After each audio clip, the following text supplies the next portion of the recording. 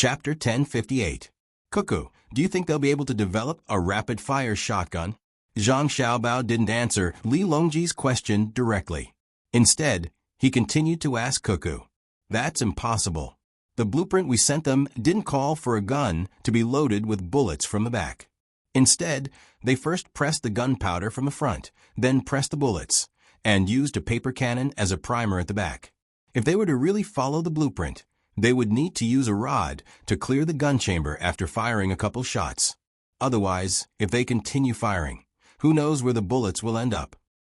Wang Wan didn't say anything earlier. She knew that Zhang Xiaobao was doing it on purpose. He didn't want Li Longji to disturb their time together. Your Majesty, it's impossible. Zhang Xiaobao replied to Li Longji. I heard you. If it's impossible, why would they be willing to produce it? Besides, even if they do produce it, they'll still be good at hunting. Aren't you worried that they're from another country? Li Longji turned his head to glare at Zhang Xiaobao. Unfortunately, Zhang Xiaobao's back was facing him, so he didn't see it.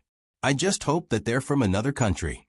Otherwise, what's the point of me and Cuckoo's previous series of internal affairs and military arrangements? They came to cause trouble, so if I don't cause trouble for them, wouldn't that be letting them off too easily? Zhang Xiaobao said casually. He picked up a corn and brought it to Wang Wan's mouth. Cuckoo, eat one. Li Longji tossed the paper aside. Xiaobao, can you still respect me? Let me ask you, if they make a bunch of guns, won't they be very useful at critical moments, such as charging? Zhang Xiaobao turned his chair around and sat up straight. With a reporting look, he said, yes, even if it's a shotgun, it has its uses. Not to mention a shotgun with gunpowder. Even a slingshot has the same destructive power. However, if there are those who can make guns out of steel, why don't they make bows and crossbows? This subject hopes that they are from another country, as long as they dare to follow this subject's train of thought. First of all, they had to find iron ore. Without iron ore, where would they find ironware? I can even use other means to teach them the method of prospecting. Secondly, they can't keep buying firecrackers from Great Tang. It's inconvenient to transport them. When the firecrackers are transported over in humid conditions or on rainy days, the gunpowder inside will be damp. Tearing apart the paper outside will cause a lot of damage. Therefore, they can only search for gunpowder on their own. It's very simple: saltpeter, charcoal, and sulfur. As for whether they can purify it well, it's not up to this subject to decide. Perhaps they can even create a more powerful gunpowder. Seeing Zhang Xiaobao speaking so seriously, Li Longji felt very uncomfortable. Thinking about it carefully, it turned out that he was already used to Zhang Xiaobao's way of speaking. Thinking of this, Li Longji smiled. Speak properly, just like before. Do you know that you're encouraging them to research on their own? What if they learn something? They won't be able to learn it. As long as they search for ores, this subject will be able to relax. Searching for ores is very tiring. Cuckoo and I can roughly pinpoint the location of the various ores in Great Tang. As for the other ores, I don't remember much. I only remember two.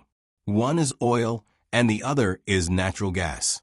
Great Tang has its own mines, and for the sake of a railway, it's currently undergoing a large-scale steel-making process. The technology there is already outdated, and the losses in various areas are extremely high. Every time a piece of ore is excavated, I feel as though a piece of flesh is being cut off from my body. After the railway is completed, I'll immediately seal off all of the mines and forbid anyone from digging them.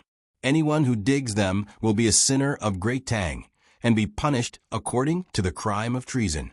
I'll leave them for my grandson, and the grandson's grandson's grandson, many grandchildren.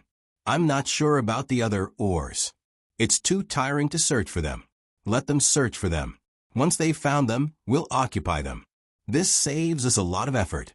Zhang Xiaobao's body went back to its original position as he lazily talked about his plans. Wang Wan nodded. She was also distressed that Great Tang's ores had been excavated. When she was in school, her geography textbooks would also introduce the country's resources.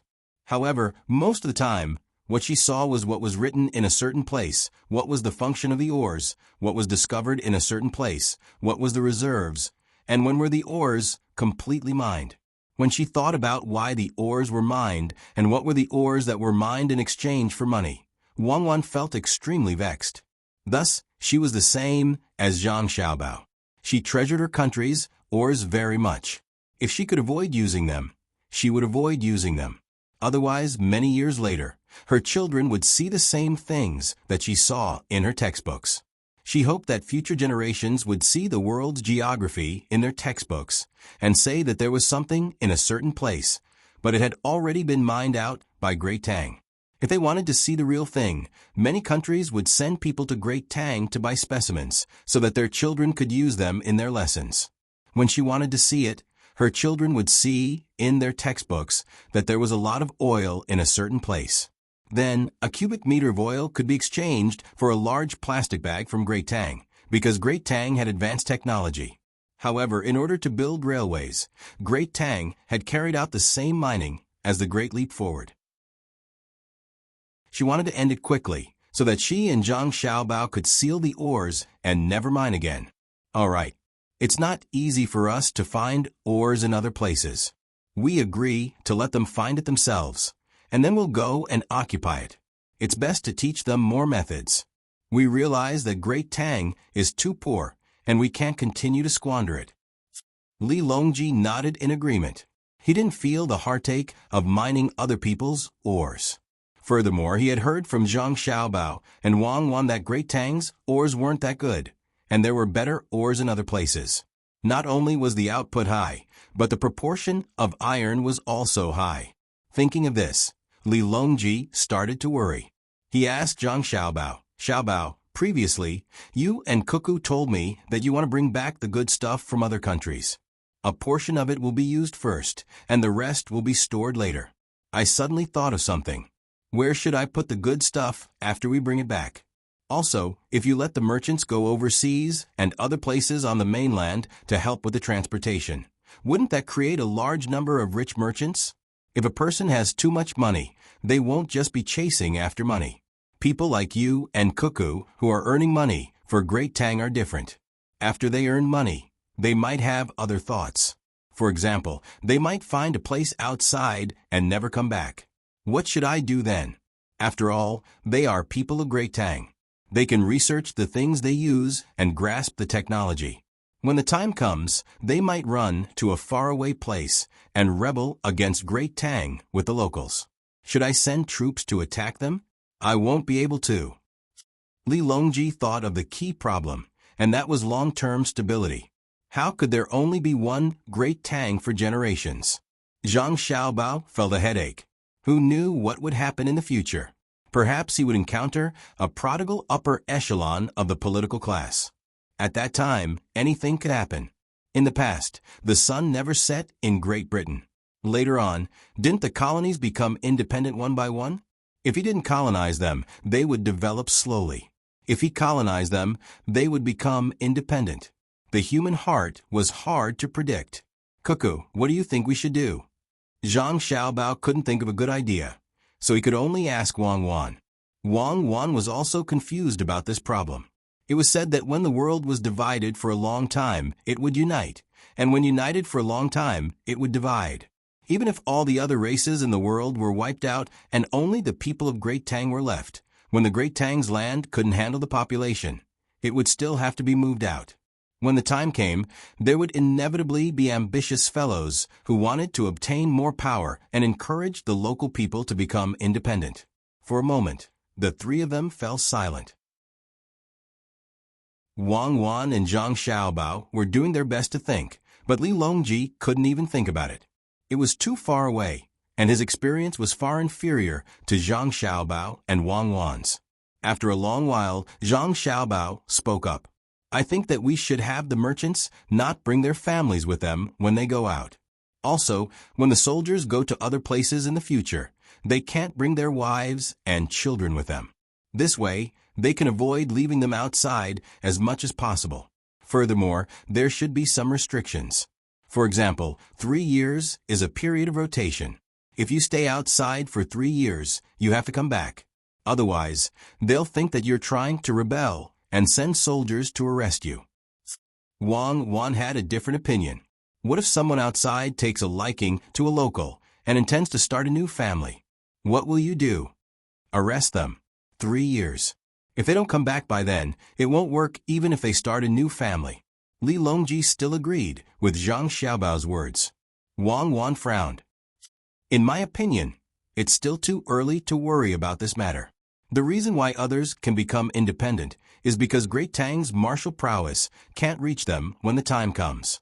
At the same time, the technology of that place has also reached a certain level. As long as their martial prowess can't keep up, Great Tang's army can rush over as quickly as possible.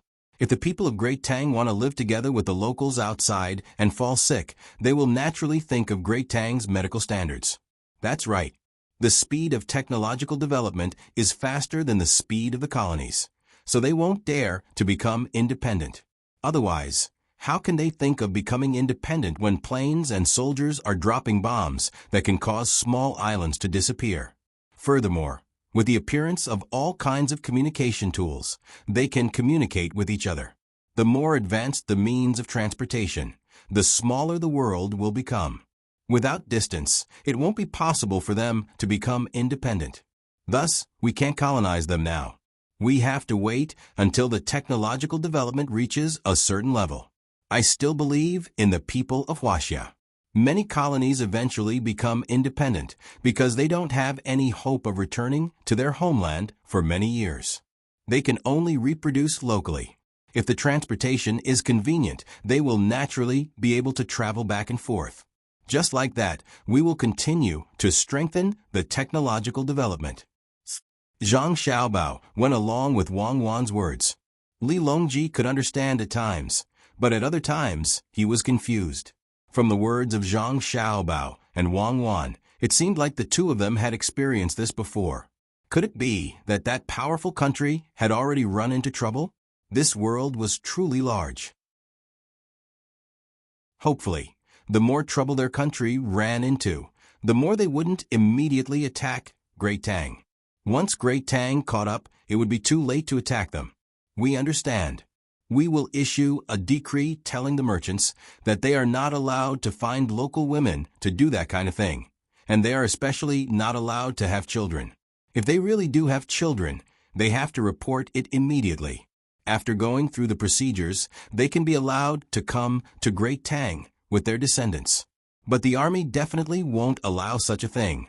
Anyone who doesn't stay in the barracks will be executed on the spot. We will issue the decree first, even if such a thing doesn't happen yet. Li Longji said to Zhang Xiaobao and Wang Wan. He wanted to hear their views on this idea. All right, Your Majesty, go ahead. Cuckoo, and I will definitely support you. Zhang Xiaobao was about to turn his chair back to bask in the sun again. Seeing Zhang Xiaobao's attitude, Li Longji stood up and walked towards his cabin. When he was about to turn a corner, he suddenly stopped and shouted to Zhang Xiaobao. Xiaobao, we plan to have an all-fish feast tonight. You better prepare early. I really owe you in my previous life. Zhang Xiaobao said angrily when he saw Li Longji disappear. He then instructed the people in the inner courtyard. Why are you still standing there? Go and catch some fish. Tonight, the entire ship will eat this. I will use a spade to cook a big pot of rice. 3 days later, in the morning, after Xiaobei's group slowed down, they were still some distance away from Jiangzhou. Zhang Xiaobao's group had already entered the boundary of Hangzhou. In order not to disturb the people, Li Longji had someone inform the local government in advance. No one was allowed to come out to welcome them, and the local officials were also not allowed to ask the people to deliberately clean up. Everything was as usual. The places that should be green were green, and the places that should be yellow were yellow. Whoever dared to paint a tree with green paint would be caught and beaten with a plank. This was what Zhang Xiaobao thought of. People could already paint mountains. What if the officials became smarter because of improved technology and thought of painting trees? The local officials really didn't dare to paint trees, but the emperor's decree gave them a new idea. So it could be done like this. In the future, when welcoming the officials, could they draw inferences about other cases? For example, when the officials inspecting livestock and poultry came down, they could temporarily buy some from other places and put them in the people's houses. When the officials left, they would take them back. Zhang Xiaobao didn't know what the officials were thinking. Anyway, in the future, the capital would send several groups of inspectors. If the local officials could afford to do so, they would do so. Zhang Xiaobao was thinking about whether he should appear together with Li Longji or appear first. If it was the former, his grandfather would probably be in a difficult position when facing him. Once he wore an official's uniform, his status would be lowered. If he chose the latter, what would happen to his godfather? Should he go with him first? It was hard to get a good identity. Cuckoo, what should we do? You should have experience. Zhang Xiaobao asked Wang Wan for advice. You are yours, and your godfather is your godfather. It's not like your grandfather doesn't know Gao Lisher. He has his own connections. Let's go down first and change boats. It's also good to leave 1 hour earlier. Wang Wan didn't care about this at all and said casually, Okay, Sai. I have to kowtow again. Li Longji, we don't even kowtow. We have to kowtow to a grandfather that we haven't seen for many years. As Zhang Xiaobao spoke, he followed Wang Wan and changed boats. The two of them got a small boat and asked someone to row it. Like an arrow, they flew towards Hangzhou's pier. Chapter 1059. At this time, Wang Ju was already standing at the dock, holding the binoculars he got from his daughter and looking at the waterway. He only had one of these binoculars, and it was still somewhere else. He was also wearing his official robes, waiting for the emperor to come. While he was looking, he suddenly saw a small boat leaving the fleet and flying towards him. This is Xiaobao and Cuckoo. Haha, look at my grandson and granddaughter-in-law. Although Wang Ju had never seen Zhang Xiaobao and Wang Wan, he had seen pictures, and he could judge a thing or two from their clothes. He held the binoculars in one hand and pointed with the other, speaking to the people around him. The people around him could only faintly see a small black dot coming over. They were still far away, so they couldn't see who was on the boat, but it didn't affect them from praising. All kinds of good words were said. In any case, it was good. At this time, the fleet of large ships deliberately slowed down. Otherwise, it would be difficult to reach the shore later. Zhang Xiaobao and Wang Wan's small boat arrived first. Without waiting for the small boat to stop at the side, which was specially used for docking small boats, the two of them jumped in one after another. From there to Wangju, the people standing on the road naturally made a path for the two of them to pass through. Zhang Xiaobao and Wang Wan strode over. Without looking deliberately, they knew who Wangju was. When they were 5 steps away, they almost knelt down and kowtowed at the same time. Grandson greets grandfather. Grandfather as well. Zhang Xiaobao said loudly. This made Wang Ju very happy. He smiled and went to help Zhang Xiaobao. Wang Wan also stood up. Good, very good. I can tell at a glance that you are my grandson. Other people's grandsons don't look so good. Cuckoo is also good. What a pair of golden boy and jade girl. Take it, grandfather gave it to you. Wang Ju's mouth was open, but his hands were not idle. He took out a piece of paper and gave it to Zhang Xiaobao as a gift. Zhang Xiaobao didn't need to look to know that it was a deed to a large area of land in a good place. Otherwise, Wang Ju wouldn't be able to give it away. With a turn of his hand, Zhang Xiaobao handed the deed to Wang Wan and said, Grandfather gave it to us. Take it. Wang Wan took it with a smile. Similarly, she didn't look at it. It didn't matter to her where the land was. She and Xiaobao didn't lack land. However, she thought that Wang Ju definitely wouldn't take out a small piece of land. She thought that Wang Ju would have to take out at least a third of her family's property. Perhaps she would have to split half of the family's property, because this wasn't just a gift for her and Xiaobao. It also included a portion to compensate Zhang Wang clan. In other words, it was a dowry. When Zhang Wang clan came, she only brought her own personal savings and jewelry. Her family didn't give her anything. Now Wang Wan knew that Wang Ju saw that she and Xiaobao were basically in charge of the family. so he gave her 2 to make up for it.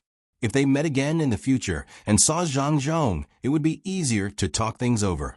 Zhang Xiaobao stood there, motionless. He allowed Wang Ju to size him up. When the fleet of ships gradually approached, Wang Ju still hadn't finished sizing him up. To him, this grandson was like a free gift. Furthermore, he was someone that everyone in the world wanted to pick up. As long as he could acknowledge his status as a grandfather, it didn't matter how much he gave out. Grandfather, Her Majesty will be coming down soon. I'd better go see my mother first. My mother isn't in the crowd. Zhang Xiaobao saw that it was about time, so he whispered to Wang Ju, "No, your mother's pregnant. It's not convenient for her to see outsiders." Good, good. You and Cuckoo go first. Someone lead the way." Wang Ju nodded repeatedly. He was even more satisfied. He looked at his grandson and granddaughter-in-law. It was clearly the emperor who wanted to come, but they actually left the emperor alone. If it were someone else, even if they had followed the emperor all the way here, they would still have to stand at the dock and welcome the emperor again. Zhang Xiaobao and Wang Wan were led to the courtyard of the Wang clan in Hangzhou. As for what happened after Wang Ju met Li Longji, the 2 of them didn't care. Other people's matters had nothing to do with them. Whether it was good or bad, they couldn't decide. The person leading the way was a servant girl. As she walked, she secretly looked at Zhang Xiaobao and Wang Wan. Her heart was filled with joy, as if it was a good thing to be able to lead the way for Zhang Xiaobao and Wang Wan. At this time, there were no idle people on the street. Other than the soldiers sent by the local government, there were the guards of the Zhang family, Wang family, and Wang family. There were sentries every few steps. Not only were there people standing on both sides of the street, but there were also people standing on the roofs of the houses. All kinds of shops were open, but the owners and shopkeepers were not allowed to come out. They could only lean on the door and look. Naturally, no one would go in to buy anything. The main reason was that if the shops were closed, it would give people a very uncomfortable feeling of desolation. That was why they were open. In case the emperor suddenly became interested and wanted to enter a shop to take a look, it would be more convenient. That's right. Before the troops arrived, they had already sent a message saying that the emperor wouldn't come in a carriage. Instead, he would walk slowly and look around as he walked. This is what the local officials are afraid of. If it were in the capital, the emperor wouldn't need to order people to take a look at where he wanted to go at all. As for who was doing what, it wouldn't affect either side. If it were in the capital, wouldn't it be more complicated than here? There were people who came from all kinds of places, and they didn't see the emperor getting hurt. When the people saw the emperor, they were very happy. When the emperor came, he deliberately emphasized it. As a result, the people below were worried. Zhang Xiaobao followed the servant girl as he spoke to Wang Wan. What he meant was that the local officials might be unlucky. Why did Li Longji come here? Wasn't it to show his attitude of being close to the people? In the end, he still ordered people to take a look. Did it mean that the local public security wasn't good, or that the officials were disobedient? Wang Wan smiled indifferently and said, "I think that after Li the emperor saw this situation, he would think of a way to do something that would make the local officials afraid. That is, he must take us out for a stroll when no one is prepared." Sigh. He's not worried. The work that he's worried about is all done by other people. Or how to say, it's sometimes inconvenient to have a high status. It's difficult to live a normal life. It's not only the emperor, it's the same for us. In the past, we could go out and play as we pleased. Now, how can we live without people by our side? That's right, that's right. There's also Xiao Bei and the others. They can't go out as freely as other children.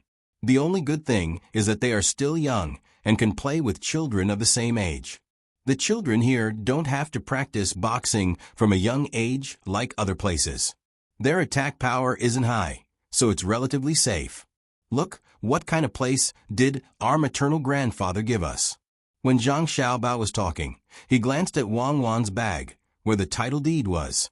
What's there to see? We can't go to any place personally. If we want to go somewhere and stay, there will be people who will find a way to arrange it for us.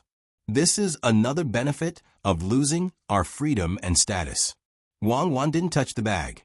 Her eyes were looking at the shops on the side of the road. They were just passing by before, so they didn't know much about the local customs. Of course, she couldn't see too many strange things.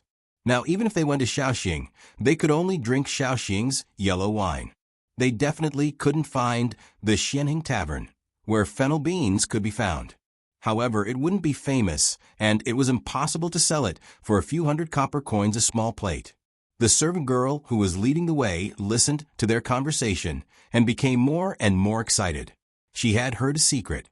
It turned out that when they came, the emperor wanted to see how the local people lived. He didn't want the streets to be deserted. Also, when the emperor arrived, he might come out for a walk. If she could say a few words to Zhang Xiaobao and Wang Wan, would she be able to lead the way when they were familiar with each other? Thinking like this, the servant girl plucked up her courage and whispered to Zhang Xiaobao and Wang Wan, "Little master, little miss, the West Lake here is the best place. The boats on it are beautiful, and there are gardens inside. I usually do things outside, so I'm familiar with all the places." Wang Wan looked at the servant girl with a smile, which scared the servant girl. It seemed that her thoughts had been seen through. She was worried and expectant. "Well, since you're familiar with it, we'll have to trouble you to lead the way while we're here. What's your name?" Wang Wan didn't want to make things difficult for the servant girl. Anyway, it didn't matter who led the way. Since the servant girl recommended her, she would ask her. In reply to Little Miss, "My name is Wang Lv. It was named after the lotus in the West Lake," the servant girl replied happily. Hearing this name, Zhang Xiaobao and Wang Wan knew that the servant girl had a high status in the family. Otherwise, she wouldn't have given her a full name. Generally, a single character was good enough. Thinking about it, it was natural that the servant girl who was sent to lead the way for them was not an ordinary servant girl. The people who stood at the dock to welcome them were also not simple. Wang Wan nodded and said, "Good name. Now tell us about the West Lake. Tell us if there are any interesting stories." Well, when it comes to the West Lake, it didn't exist in the beginning. Later it was in the sky. The servant girl was even more excited. While walking in front of them at a moderate pace, she told Zhang Xiaobao and Wang Wan all kinds of legends about the West Lake that she had heard. When they arrived at Wang Ju's house in Hangzhou, the servant girl still hadn't finished talking. She didn't feel tired at all after talking so much. It seemed that she could talk for 2 more days without any problem. As soon as Zhang Xiaobao and Wang Wan entered the house, they saw their mothers directing people to plant flowers in the outermost courtyard. Some of the flowers were seeds, and some were brought over from the capital together with the soil. Some were new varieties grafted by the Sinongxi temple, and some were different kinds of flowers found by other caravans from other places. The original flowers were taken away, and the new ones were planted in the courtyard, which would give people a new feeling. At least, people would have a different identity. However, this new kind of flower was not available to just anyone. Zhang Xiaobao had already agreed with the Sinongxi temple that they would not sell it easily. They would only send it to a place when there was a flower festival. When people saw it, they would sell it like an auction. Only in this way could they make money. Anyway, it was a flower and had nothing to do with daily life. People who could buy it all had spare money. If they didn't sell it at a higher price, they might not cherish it. When Zhang Xiaobao and Wang Wan came in, Zhang Wang clan and Wang Wan didn't notice them. They were just about to help. Now that they were pregnant, it wouldn't affect their work. Seeing that their mothers were also going to touch the soil, Zhang Xiaobao quickly walked over and stopped them. "Mother, you can't touch the soil now. There are some parasites in it. It's not good to touch it. It's not like before. Many medicines can't be used. Otherwise, it will affect the baby. Xiaobao and Cuckoo are here. Where is His Majesty?" When Zhang Wang clan heard her son say no, she immediately stopped. She still believed in her son and daughter-in-law's words. After all, they were little immortals. While asking, Zhang Wang clan and Wang Wan looked at the door. It wasn't that they hadn't seen the emperor before. As long as Xiaobao and Cuckoo were at home, the emperor would occasionally come to see them. He would also bring Empress Wang, or Wu Huifei. When the time came, they would eat together. Because of their titles, they could also accompany them. Under the influence of Zhang Xiaobao and Wang Wan, Zhang Wang clan, and Wang Wan's attitude towards Li Longji was not as respectful as other people. It was as if they were ordinary people, especially Zhang Wang clan. She had seen Li Longji with her father before, but at that time, she was very scared.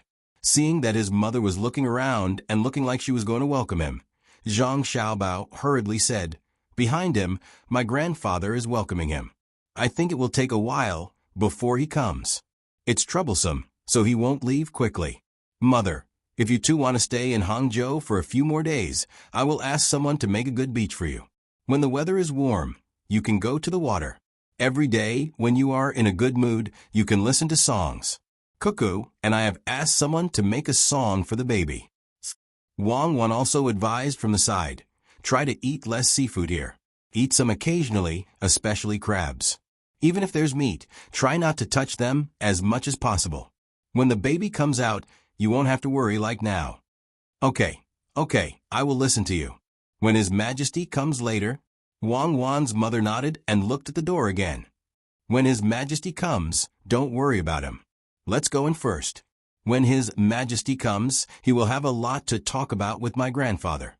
Maybe he will be interested and summon the local officials to ask about the local situation." Wang Wan would not let her mother wait for Li Longji. While talking, she came over and held her mother's arm to walk inside. Her mother said helplessly, "It's still early. How long has it been? She can walk. Look, she is not pregnant yet. You little girl." After 2 courtyards, Zhang Wang clan and Wang Wan sat down. Zhang Xiaobao immediately left and went to the kitchen to cook for their mother. This was a habit he had developed. As long as he was at home, he did not need others to cook for the elders in the family. He was in charge of everything. There was still some time before the meal, so it was a good time to make soup. He simmered pig trotter soup with less salt. When it was done, he could freeze it and eat it. Xiaobao, this child, can't stay still. After getting off the boat, he is busy cooking. He has not been able to take care of himself since he was young, Zhang Wang clan said to Wang Wan's mother. Wang Wan's mother smiled happily and said, "Sister, it is a blessing to have a child like Xiaobao. I don't know what happened back then, but the 2 children just hit it off. Before they were a month old, they saw each other and insisted on being together. Otherwise, they would cry until the sky shook. When they were older and got married, the family still did not know how to arrange the dowry. The 2 of them earned a lot of money. Should we give it to them? If we don't give them a dowry, they can spend their own money. If we really want to give them a dowry, I won't give them a betrothal gift. Anyway, it's just a matter of left hand and right hand. They can arrange it themselves." Zhang Wang clan laughed and touched Wang Wan's hand. Speaking of pretending, Zhang Wang clan suddenly thought of the gift that her father insisted on giving after discussing with her. It included the dowry that he did not give her back then. Thinking of the amount that her father gave, Zhang Wang clan was helpless. It was too much. Normally, no one would give so much when marrying off a daughter. If it was in the past, even if it was only 1/10 of that amount, the Zhang family would be very grateful. But at that time, they did not have a single cent. So what if they gave her a lot now? At that time, it was called giving coal in snowy weather. Now, it was icing on the cake. Even if they gave so much, it was just adding a small flower. Life was sometimes so interesting. With a sigh, Zhang Wang clan said to Wang Wan, "Cuckoo, when you were at the dock, did grandfather give you a gift?" "Yes, it should be the title deed of the land. Xiaobao, and I haven't seen it yet." Wang Wan reached out and took the paper.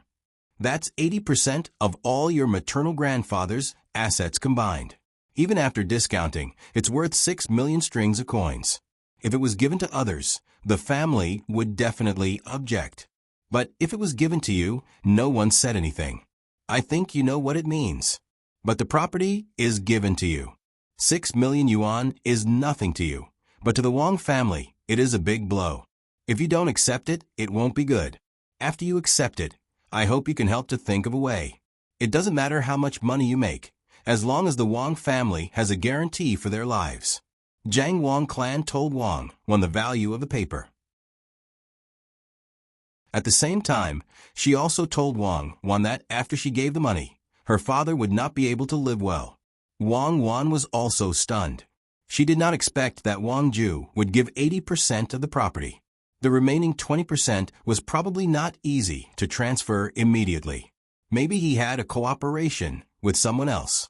Wang Ju was using this method to express his attitude. To be more precise, he was apologizing to the Zhang family. It was his fault for making the wrong choice. However, this was Xiaobao's mother's family. If he didn't say anything and took the property, Wang Ju's family wouldn't have a good life. Xiaobao's mother would also suffer. Wang shook the paper in her hand. She did not agree directly.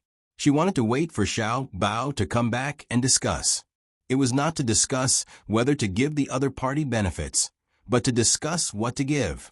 First of all, the return period must be short, and at the same time, the profits must be high. Otherwise, Wang Ju's family would not be able to live well. Even if they save 20% of the property, it does not mean that they can make a lot of money, unless they sell it.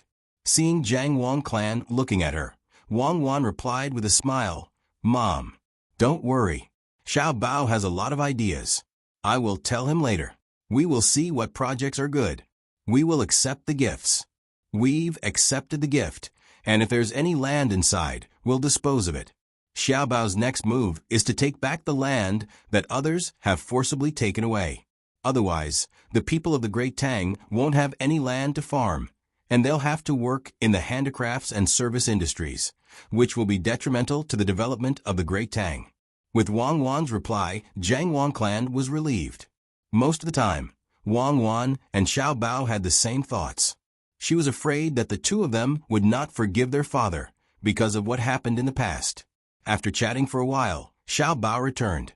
He did not need to care about the soup. Someone else was in charge of the small fire. He sealed the lid of the pot and did not even need to add water. Wang naturally had to tell Zhang Xiaobao. Zhang Xiaobao was magnanimous and did not mention the past. He pulled Wang to another room to think of a way to make money. Wang Ju is indeed smart. He knows that we will not take the things for free. That's why he gave us so much. He probably felt that his family's business was not making money fast enough and wanted to change it. Since we are here, he wants to make his idea come true. Zhang Xiaobao said to Wang the moment he entered the room. He did not look at the deeds. I think he must have heard something from Li Longji when he used us as an excuse. He knows that we're going to make a move on the rich people in Tang Dynasty, especially those who have taken over the land. We will not allow it, so he might as well give it to us. Do you think we should sell this land to the people in the surrounding area? I'm afraid that after we sell it, the people will encounter something unexpected and end up selling it again or renting it out. Basically, the land will no longer belong to them after being rented for decades. Wang considered the problem of keeping the land. Should they sell it or keep it? Zhang Xiaobao pondered for a moment and said, "Why should we sell it? The people can't buy a huge piece of land. If we spread it out, it would be a waste of manpower. Furthermore, there will be less planning for the things that can be planted, which will result in less land production." It might seem like splitting up the land is a kind of ideological advancement, but it is not beneficial to Tang Dynasty. You also know that, in the end, the land will be gathered together again and machines will be used. That's right. It is similar to land acquisition now, but there are some differences. Back then, there were other industries and jobs. If the people lose their land, they will lose their source of income. Thus, I feel that we shouldn't encourage land acquisition for now. Instead, we should crack down on those who own a lot of land. Wang pointed out the crux of the problem. There was no such thing as a fixed policy, and it had to be adjusted according to the situation. The only thing that did not change was the pursuit of stability, or rather, a kind of balance. Crack down on those who own land. I also agree to crack down on those who own land. After Li Longji settles down, we can look for him to discuss the issue of cracking down on those who own land. Of course, we can't crack down on those who own land directly, as that would be detrimental to the development of society. We can trade benefits with those who own land, just like how we trade with those who own a lot of money. Come, let's think about how we can help that grandfather of mine earn more money. We will probably have to meet my other relatives, uncle, and grandmother later. Zhang Xiaobao changed the topic and began to discuss the transaction with Wang Wan.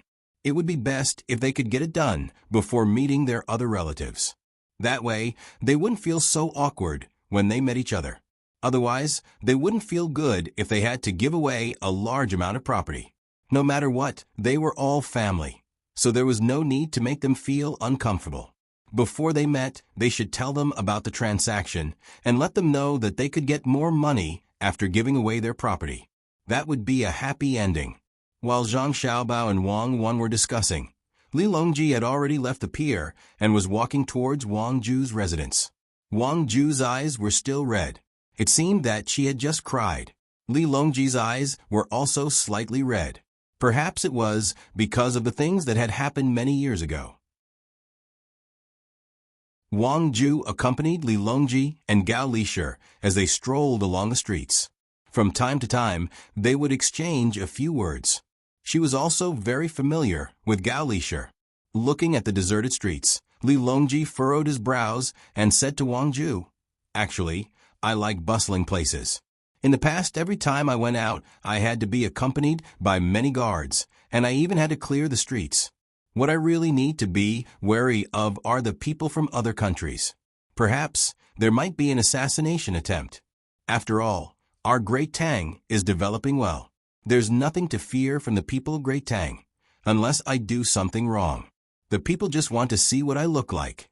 I don't think that I'm ugly, so what's wrong with letting them see me? Could it be that I'm unpresentable? When I was in the capital, I often went out for a stroll. Usually, I would bring along Xiaobao and Cuckoo. Most of the guards were from their family, but they never stopped the people of Great Tang. Yet, aren't I living well now? Back then, I went to the construction site to take a look.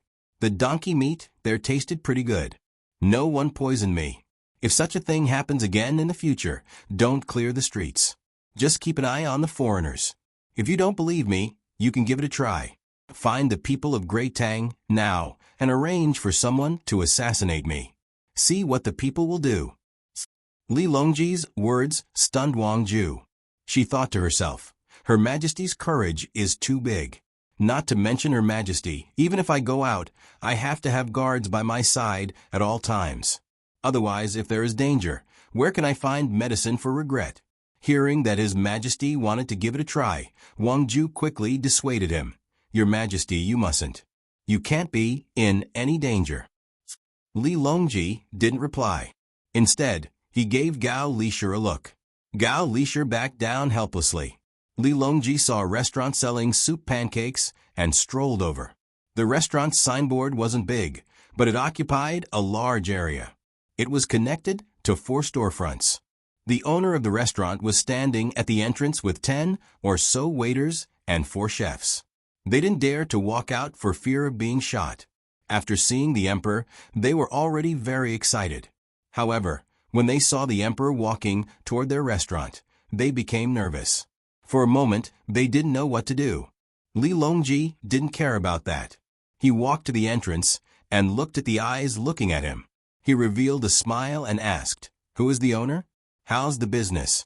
There's no need to greet me. You're not allowed to kneel. Stand and reply."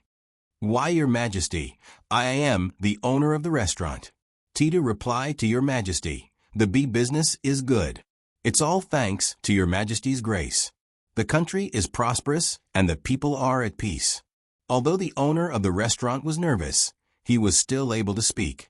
His voice was trembling and his legs were trembling. If he wasn't holding onto the door frame with one hand, he would have probably collapsed. Li Longji lowered his head and said, "The country is prosperous and the people are at peace. As for the business, it's your own ability. Go in and take a look." As he spoke, Li Longji walked in. The people standing at the entrance immediately opened up a path for him. Their eyes were filled with disbelief, as if they were dreaming. The emperor, the one in front of them, was the emperor. He was actually willing to enter their shop. Although their business was good, the highest status among the people who had been here before was only the local registrar. They had only been here twice, so they could be considered to have reached the heavens. Li Longji wasn't the first person to enter the restaurant. The guards went in first, followed by Wang Ju, who had a bitter expression. He also didn't dare to believe that the emperor was really going to enter. He had never even heard of the emperor before, let alone seeing him. "Do you have shredded pork noodles? Give me a small bowl. I want to try it." Li Longji didn't mind the dirty stool and casually found one to sit down. "Why, yes, we do. But your majesty, I eat noodles, but I also eat rice. Go and make it." Li Longji interrupted the other party. Okay.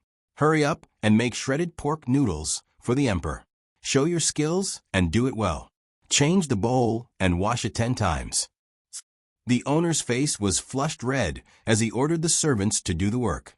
Right at that moment, someone suddenly shouted from outside, "Protect His Majesty. There's an assassination attempt. Protect His Majesty." As soon as the voice was shouted, the guards outside immediately rushed into the restaurant. Li Longji immediately stood up and shouted, "Who dares to be so bold? Stop working. Protect His Majesty." The owner of the restaurant also reacted. He was both shocked and scared, but he was the first to run in front of Li Longji and spread his arms to shout at the other workers. With a whoosh, the workers also rushed over and stood there with their arms spread. Their eyes scanned the various windows, afraid that someone would suddenly jump in through the half-open paper window. The cook, who had just gone to the back of the restaurant, ran out with a big spoon and a knife. He also stood in the outermost circle to protect His Majesty. "Your Majesty, you should leave quickly.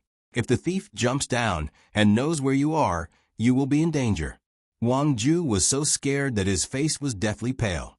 His breathing was rapid as he advised. Unexpectedly, not only did Li Longji not leave, he even laughed and sat back down. He said to the owner, "Go, it's fine. It's just a drill. It's fake. See how the guards react. Quickly serve the noodles. Make 2 more servings. I still have 2 ministers who want to eat." "Ah, fake. It's good that it's fake. You scared me to death. I thought they were going to harm your Majesty.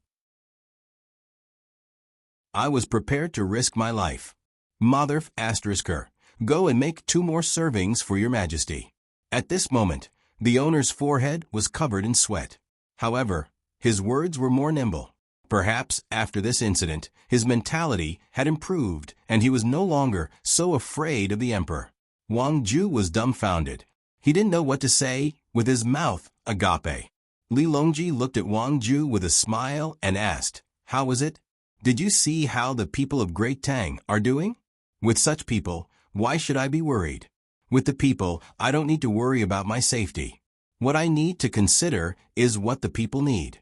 If I can't let the people live a good life, how can I stand behind the people when they are in danger?" Wang Ju listened to Li Longji's words and looked at the owner who stood in front with his arms open. He finally realized that the current His Majesty was different from before. In addition to acting recklessly and crazily, he was not as serious as before. He had become very peaceful. Of course, in the past, His Majesty would also say that he was concerned about the people, but it was just words. He was not like today, where he really wanted to do something for the people. "Your Majesty, you can't scare me like this anymore. I'm timid. It must be Li Shi who arranged it. You should tell me," Wang Ju complained in a low voice. He also opened his arms to block His Majesty just now. He couldn't let something happen to His Majesty in his own territory, and then he would still be alive. It would be a joke. Li Longji smiled and said, "I'll tell you in advance. How can I see that you are so loyal? Were you scared just now? Later, I'll ask Xiao Bao to make some good food for you to eat and nourish your body." Xiao Bao and Cuckoo are right. The better Great Tang develops, the more comfortable the lives of the people will be, and the safer I will be. The walls of the capital have all been torn down. There's no need to use that wall to block out danger. Walls are dead, but people are alive. If the people really have no way to make a living, then the wall will not be there to protect me, but to hinder my escape. I will not continue to build the Great Wall. Or, as Xiao Bao said, when I am bored, I will build something for the future generations to enjoy. After discussing with Xiao Bao and personally visiting the construction site, I decided not to build a brick by brick, because the people of Great Tang are the Great Wall of flesh and blood in front of me. As long as the people of Great Tang are not lost, the Great Wall will not fall. The Qin built the Great Wall so well, but what happened in the end? If you have the money, why don't you use it to build roads and bridges for the people, so that they can walk more easily? Hearing this, Wang Ju was very moved. He could tell that the reason why His Majesty could be so successful was all because of his grandson, Zhang Xiaobao. Nodding vigorously, Wang Ju said, "Your Majesty is wise. With Your Majesty around, the people of Great Tang are blessed. Long live Your Majesty." Then, he asked the boss standing there, "Why don't you run? Are you afraid that if His Majesty is in danger, you will be caught if you run?" "I don't have time to think about what will happen after I run. Why should I run? If there is really danger, I will block it. Maybe that person will kill me, and then His Majesty will be safe.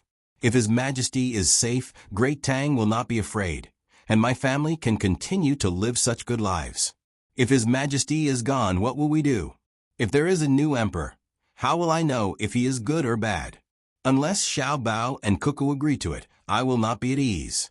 The boss spoke the truth, especially the last sentence, which was against the emperor. "Your Majesty, don't listen to his nonsense. Xiao Bao and Cuckoo don't have the ability." Wang Ju glared at the boss. The boss also reacted and nodded, saying, "Your Majesty, this commoner is just speaking casually. This commoner has no other meaning. Your Majesty, this has nothing to do with Xiao Bao and Cuckoo." "So what if it has something to do with it?" Li Longji laughed. "I can't do anything to the two of them. They said that even if I am the emperor, I will still have to step down. Haha, don't spread this outside. Many of my national policies were thought of by the two of them. Great Tang is fine without me, but I am afraid without the two of them. You have done a good job protecting His Majesty. Tell me, what reward do you want? I will give it to you as long as I can. Although it is fake, you are still standing in front of His Majesty." Wang Ju sweated again. His Majesty dared to say anything. How could he say this to others? Xiao Bao and Cuckoo were powerful, but he couldn't change the emperor just because he wanted to. Right? The boss was also very smart. He acted as if he suddenly realized something and apologized. "Your Majesty, this commoner was thinking about something else." What did you say?" "Haha, no wonder business is so good. I asked you what reward you want." Li Longji knew that the other party did it on purpose, so he didn't continue to ask. "Reward? Can this commoner really make a request?" The boss became nervous again. He rubbed his hands together, appearing very embarrassed. "Of course, speak." Li Longji couldn't change what he said. Then this commoner will say it. This commoner heard that Cuckoo is going to attack the place where Duoshi is located. This commoner requests Your Majesty to let Cuckoo fight at the front, while this commoner follows behind. This commoner has just figured out a new type of noodle food that can be very helpful to the soldiers. Moreover, there is no lack of nutrition. There are vegetables, meat, and sweet, vinegar, salt, and so on.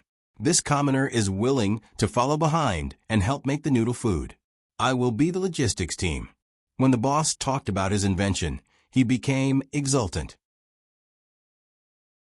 As for the nutrition, even he didn't understand it, so he had to agree. Li Longji and Wang Ju were both stunned when they heard the boss's words. Wang Ju asked, "What kind of noodle is that? Is it noodles? If it is instant noodles, then there is no need. The inner courtyard of the Zhang family and Wang family has already made it. When the time comes, it will be sent to the front line. His Majesty is giving you a chance. You have to use it well. What can you get by following behind? You can ask for money now. I believe that His Majesty will give you hundreds of thousands of strings of coins. You don't have to open the shop. Don't waste this good opportunity." "What do you mean by waste?" The boss's expression was very ugly. When he found that the other party was a high-ranking official, he changed his attitude and said, "I don't have money, but I have a shop. I can earn it myself. What can I do with hundreds of thousands of strings of coins? How much money do Xiao Bao and Cuckoo have? They can't spend it all by themselves. I heard that Xiao Bao even cooks his own food. Xiao Bei and the others also came to Hangzhou 2 days ago. I heard that they went to a restaurant nearby to eat. They ordered a lot of dishes, but they didn't let the waitress give them more. They took out a lot of money. Does this mean that they are very thrifty? Is this thrifty? It means that they are not wasteful. I am also sponsoring a school now. I am in charge of the school children's meals. If you give me more money, I have to use it for other things, just like Xiao Bao and Cuckoo. Oh, and His Majesty. I heard that the Tang Bank is His Majesty's. The money it earns is used by His Majesty for disaster relief and road repair in various places. So if you give me too much money, I have no use for it. I can earn it slowly and comfortably. I heard that in about half a year, all the medical care in the Tang will be free. The main problem now is that the medicine can't keep up, but it will be better in the future. We all know that we are penniless. As long as we don't want to die, we can live. I followed behind you because I wanted to see the noodles in other places of the Tang. After I came back, I figured out more kinds of noodles. A person's life doesn't necessarily depend on how much money they have. If that was the case, Xiao Bao and Cuckoo should be dead. They have enough money. I am the owner of a soup pancake restaurant, so I have to make good soup pancakes. When I was young, I was starving. Later on, when I passed by a soup pancake restaurant, the owner gave me a bowl. At that time, I thought that if I had the chance in the future, I would eat many different kinds of soup pancakes. After I grew up, I never forgot about that. I also want to run a good soup pancake restaurant and help others. I want to make many different kinds of soup pancakes so that people can taste different flavors. Unfortunately, it seems that I don't need to help others now. Our Tang will not let people starve to death. So I want to make the best soup pancakes. If I follow behind Cuckoo's army, won't I be able to see the noodles in various places? After saying this, the owner of the restaurant looked at Li Longji and Wang Ju, asking them if they would agree to his request. Wang Ju was moved. He had never been so deeply involved in the lives of the common people like Li Longji. He had been high and mighty for too long. Even after being neglected, he was still the provincial governor of a province. He wasn't someone that the common people could see. A provincial governor was equivalent to the municipal secretary and municipal mayor of Zhang Xiaobao and Wang Wan's era. They were high and mighty, and the common people usually didn't know what they looked like. In that era, where information was very easy to obtain, it was even more so in the current Great Tang. Of course, Zhang Xiaobao and Wang Wan didn't care about mayors. Their rank wasn't high enough, but they could interact with the common people. Sometimes it was just that interesting. Today, when Wang Ju heard the voice of a common person, he realized that he had done too little in the past. As the provincial governor of a province, the common people usually didn't know his name. Now, it seemed that it wasn't worth bragging about. Xiao Bao and Cuckoo's status was so high that there was almost no position that could be said to be suitable for them. It was obvious that it wasn't enough to judge them by their official rank. Even if they were just county magistrates, they were still county magistrates who could decide the affairs of the Great Tang. The two of them didn't care about their official rank. It was just their names and their existences. However, it was precisely because of their high status that the common people of the Great Tang didn't know. If a local official like him couldn't even leave his name behind, then he would be considered a failure. Thinking of this, Wang Ju stood up, lowered his head, and said to Li Longji, "Your Majesty, this subject has decided. After your Majesty leaves, this subject will return to his province and be a good provincial governor. Now that this subject isn't afraid of encountering trouble and can't solve it, this subject can ask Xiao Bao and Cuckoo." Li Longji understood the meaning behind Wang Ju's words. Xiao Bao and Cuckoo were here. So naturally, they had let go of all their grudges. Wang Ju didn't have to worry about not doing a good job. What surprised Li Longji was that since Wang Ju had already acknowledged his family, why didn't he return to the capital?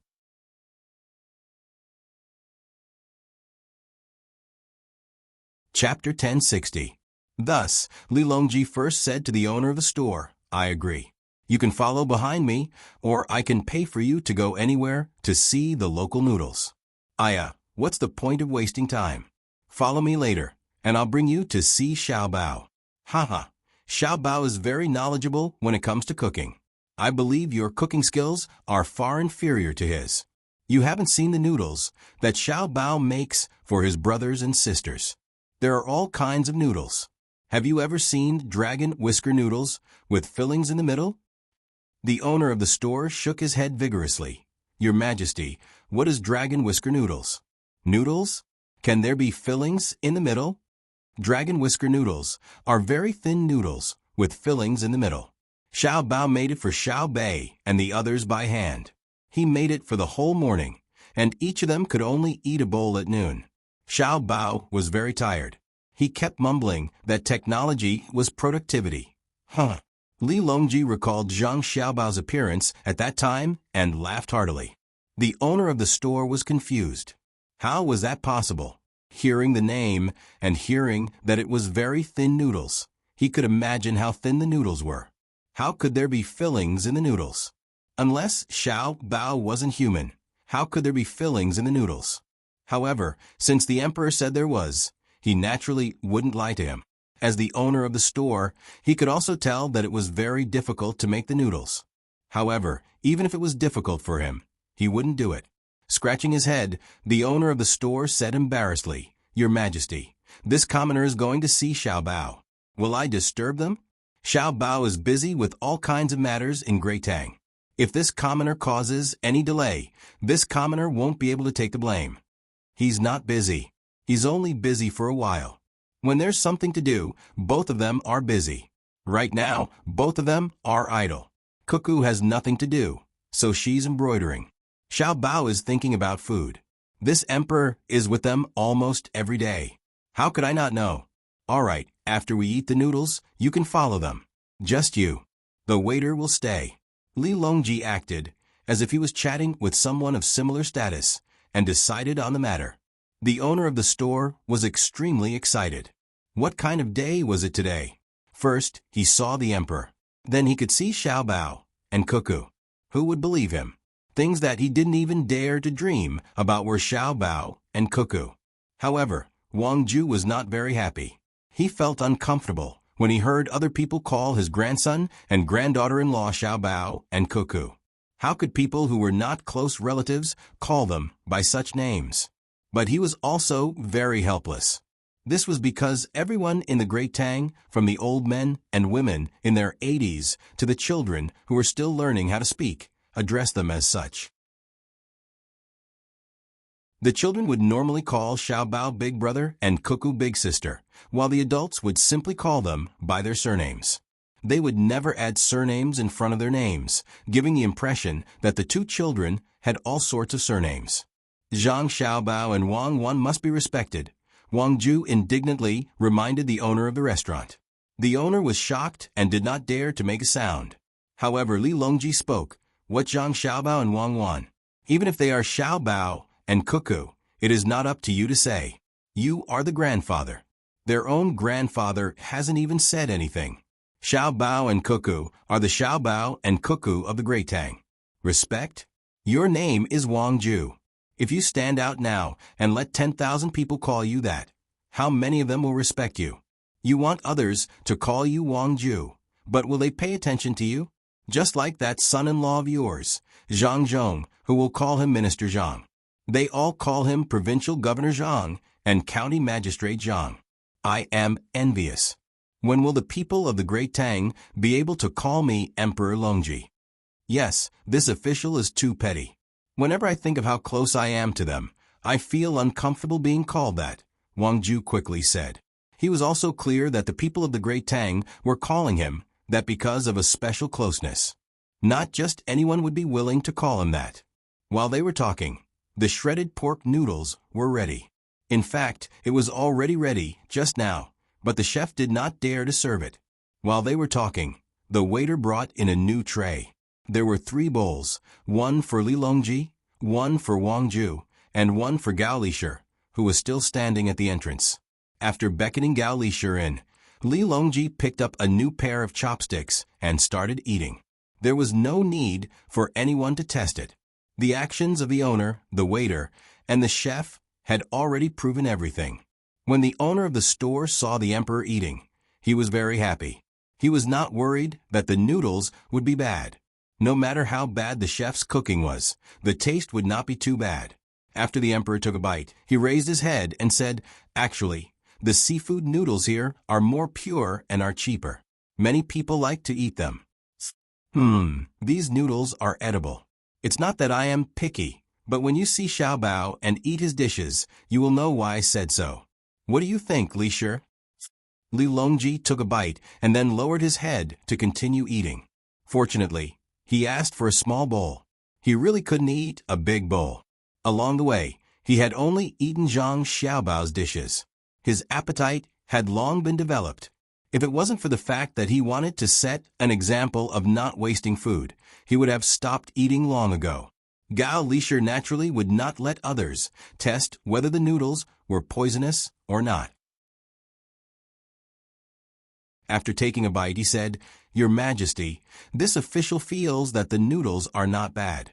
It might have taken a little too long to cook. However, why is the shredded pork noodles fried?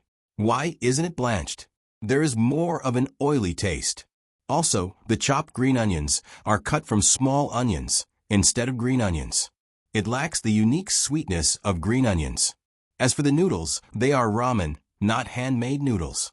They are not chewy enough." Li Longji's mouth was not idle. Wei Wei nodded in agreement. In the past, he really didn't think much about it. However, after he met Zhang Xiaobao, he could always see how Zhang Xiaobao cooked. When he casually asked about it, Zhang Xiaobao would give him an answer. Even though it was just a bowl of noodles, there was a lot to it. Wang Ju didn't have the opportunity to eat Zhang Xiaobao's dishes. He felt that the noodles were pretty good. However, when he thought about the emperor's and Gao Lishir's comments, he was filled with yearning for the dishes that his grandson made. The owner of the store was stupefied. The emperor and that official were too good with their mouths, right? They could tell how the noodles were cooked the moment they ate them. It turned out that the flavor of stir-fried meat and blanched meat was very different. The 3 bowls of noodles were finished by the 3 of them. There was no waste, even though Li Longji and Gao Lishir didn't feel comfortable eating them. After calling the owner of the store, the group continued to walk toward Wang Ju's residence. At this time, Li Longji didn't stop to test the commoners. He had heard the story of the boy who cried wolf from Xiaobei. If he really tested the commoners time and time again when there was danger, the commoners would treat it as a drill. That would be troublesome, because they were delayed by the noodles. By the time they arrived at the residence, Zhang Xiaobao and Wang Wan had already taken a nap. Zhang Wang clan didn't come out to welcome them. They hid in another room to make small clothes for the unborn child. They didn't know how many children were in their bellies, so they had to make a few more sets. With the addition of the clothes made by Wang Wan, they believed that they would be able to use them. After entering the residence, Li Longji asked someone to find Zhang Xiaobao and Wang Wan. As soon as the 2 of them entered, Li Longji said, "Xiaobao, we're eating noodles tonight. I want to eat shredded meat noodles. You make it. Why don't we eat seafood noodles?" Zhang Xiaobao asked Li Longji when he saw someone he didn't know looking at them excitedly. "Shredded meat noodles are delicious. This is the owner of a soup pancake shop. He wants to discuss the production of soup pancakes with you. You can talk to him later." Li Longji arranged some work for Zhang Xiaobao. Zhang Xiaobao didn't know what was going on, but since they were here to discuss, he would talk about it later. He couldn't reject them, so he nodded and said to Wang Ju, "Grandfather, I have something to discuss with you." "What is it?" Wang Ju was puzzled. "It's about the mulberry trees in Hangzhou. I've seen it. In addition to the gifts you gave me and Cuckoo, we still have a large mulberry forest on the mountain here. We use it to raise silkworms. However, the forest is too old, and the growth is deteriorating year by year. It doesn't seem worth using it. I think it's because of this that you didn't give the forest to me and Cuckoo. What I mean is that we should cut down all the trees and use the wood for other things. That way, we can get back some of the capital. Then, we can plant tea leaves on the trees and buy seedlings from other places. It will grow faster and we can take care of it carefully. Next year, we will be able to produce tea leaves. As for the planting of tea leaves, I asked the people of the agriculture temple to follow up on it. It can be considered an experimental place. If it's good, we can spread it around. No matter how large the tea leaves in Hangzhou are, it's far from enough to satisfy the entire Tang Empire. In addition to this, I also specially designed some ways to eat tea leaves. We can eat them as dishes. You can provide them here, and we will be in charge of sales. Or you can find someone to sell them. In addition to this, we also need to continue to raise silkworms and cicadas. I also have some recipes for cooking. You can open a restaurant, and we can only eat green silkworms. Nowadays, people don't eat them. In addition, we need to find people to pick the sea cabbages that no one touches by the seaside. We can make new dishes and can them and sell them everywhere. If there are a lot of rotten fish and shrimps by the seaside, don't leave them alone. Collect them. They are not for people to eat. After they are dried, add them to the feed of poultry to supplement their nutrition. That's all for now. I will draw an area in the northern part of Hebei province for our family to take over. Cut down other trees. Don't touch the old ones. Plant economic forests. Cut down and plant in a planned way to make products, such as sanitary chopsticks and paper, to increase our family's income. Zhang Xiaobao stopped talking and looked at Wang Wan. Wang Wan said, "What I mean is that since we don't have any land at home, we can go to the place where the Turks used to live and develop. Send a few people in charge to provide us with potato seedlings. The output will be very high if we plant them there. When we continue to fight, our family should also follow and see where is the best place. Anyway, it is a sparsely populated area. We can occupy it. When we develop it, even if the transportation cost is high, we can still make a certain amount of profit." Wang Ju listened to the conversation between the two of them and understood what they meant. They must have seen the gift she gave and knew that it would be hard for them to take out money, so they immediately thought of ways to earn money. Furthermore, they even divided it into several types of returns, depending on the length of the return period. The fastest returns were naturally this year's silkworm breeding and sea cabbage harvesting in the sea, followed by the processing of stinky fish and shrimps into fodder, followed by next year's tea, followed by the planting of potatoes in the area originally occupied by the Turks, and then the economic forest in the north of Hebei province. When the war started, they would follow and get benefits. Thinking of a series of money-making things, Wang Ju was excited. She stood up and walked to Zhang Xiaobao, raised her hand and touched Zhang Xiaobao's head, and said, "Xiaobao, at that time, I didn't expect the development of potatoes to be so good. In fact, the best place is the north of Hebei province, where there is a black land, but the road is too difficult to travel. It is not as good as the land occupied by the Turks. Most of it is grassland, and then we transport it to Fengzhou and down the Yellow River. Whether it's eaten directly or made into starch and vermicelli, it's a good choice. The smelly fish and shrimps by the seaside can actually be cheated and made into shrimp sauce. You can't taste it, but I don't agree. It's better to make it into animal feed. The coastal area is suitable for this. If the domestic poultry are not eaten, the eggs will become soft, and some can't even stand up. Let's make it first. I will look for the green worms of silkworms in the next 2 days, and there should be some that have grown up. Then I will make it for you to taste, and you will know how it tastes." Zhang Xiaobao knew what Wang Ju wanted to say, but he couldn't let him say it. So, he directly took over the conversation and talked about other things. Wang Ju saw that Zhang Xiaobao deliberately did this, so he didn't say anything. It was good that he understood. He would wait until he went to the capital and met Zhang Zhong. He nodded. "Xiaobao, what do you think? Grandfather will listen to you. I believe my family will not object. How do you make the sea cabbage tasty?" "Of course it is to make salted cabbage with chili powder. It is not worth feeding it to the pigs and ducks. Dry it and send it to the mainland. It can help to replenish the iodine. I don't have the ability to add iodine to the salt now, otherwise I would add it.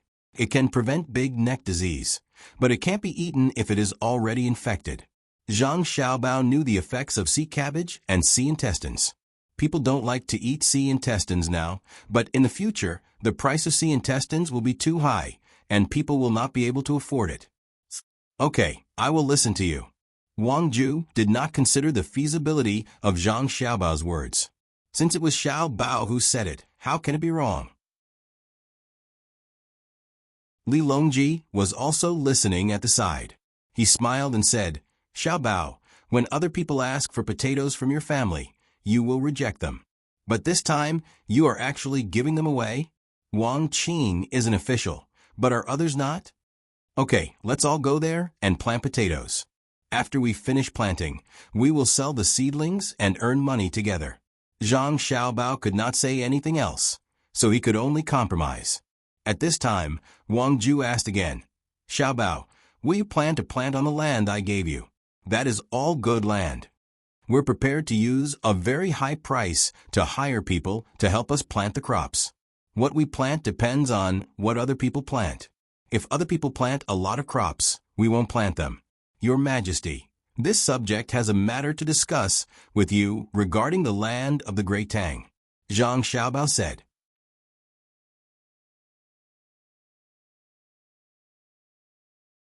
Chapter 1061. If Wang Ju had been an ordinary provincial governor, he would have retreated. Of course, if he had been an ordinary provincial governor, Zhang Xiaobao wouldn't have said anything. After all, he had once been the Minister of Revenue. This was how great Tang's officials were. They could be promoted and demoted. Unlike Zhang Xiaobao and Wang Wan's era, officials would either be demoted to the very end, if they made too big of a mistake and there was no one above them, or if the people above them couldn't be protected, they would be removed from their post or even sentenced. The majority of officials wouldn't encounter such a situation.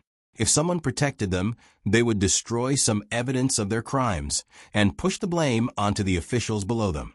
There were two kinds of situations. One was that they would be transferred to an important position and moved to a more leisurely place. The other was that they would be demoted and wait for the right time to come up. Comparing the two, Zhang Xiaobao felt that the Great Tang system was better. Officials didn't have any thoughts of being lucky. Even if they didn't have a good position, they could still get a position of equal status. As for the protection of officials, it could only be said that the leader didn't have enough authority. There was a problem with the entire system, indirectly promoting the corruption of officials.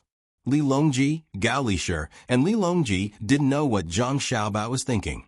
The three of them only knew that Zhang Xiaobao and Wang Wan had just pushed for the adjustment of the Great Tang's tax rates, and it hadn't been fully implemented yet. They were in the middle of negotiations with the various great clans. To be more precise, they were exchanging benefits. They were waiting for the important figures to agree before bringing it to the table. At that time, they wouldn't have to worry about the opposition of others. Wang Ju had also been discussed with. Gao Lisher had previously sent a telegram to communicate with anyone whose family had a total wealth of 3 million strings of coins or more. Right now, the conditions that could be brought out in exchange were the right to transport goods on the railways. This was the example that Zhang Xiaobao and Wang Wan had given. Because the railways were being built using the Great Leap Forward model, the wealthy would have a specific reference. As long as one wasn't too stupid, they would agree. The first reason was that the profits were indeed high and the power was great. The second reason was that if everyone else agreed, but he didn't, it seemed that, with his strength, he would only end up suffering a greater loss in the end. When the time came, the imperial court wouldn't even give him a chance to exchange benefits. What kind of storm would he be able to cause? As such, Gao Lisher's work went very smoothly. As for Zhang Xiaobao's later methods, not to mention the other aristocratic families and merchants, even Gao Lisher and Li Longji wouldn't have thought that the exchange of benefits was ultimately a trap. Who would have thought that there would be so many additional trains? And by using another new technology, how many times faster could the operation speed be? Who would have thought that the proportion of increased taxes would be transferred by the imperial court and used to curb the regional monopoly that they had obtained after obtaining the right to allocate railway goods, while others would have to bear the loss of subsidies? Thinking of this, Gao Lisher began to worry for his godson. He said, "Xiao Bao, you haven't even finished what you were doing before, and now you're immediately pushing out land.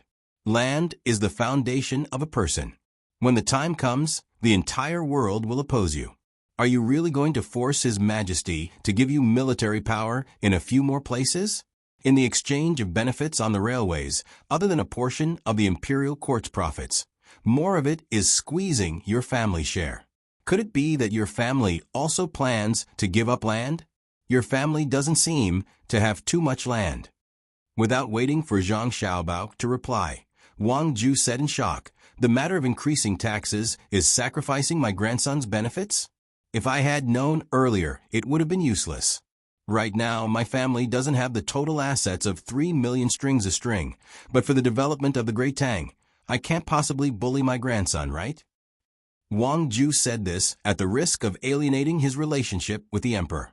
He didn't know the meaning of the word principle, but he knew what he should choose.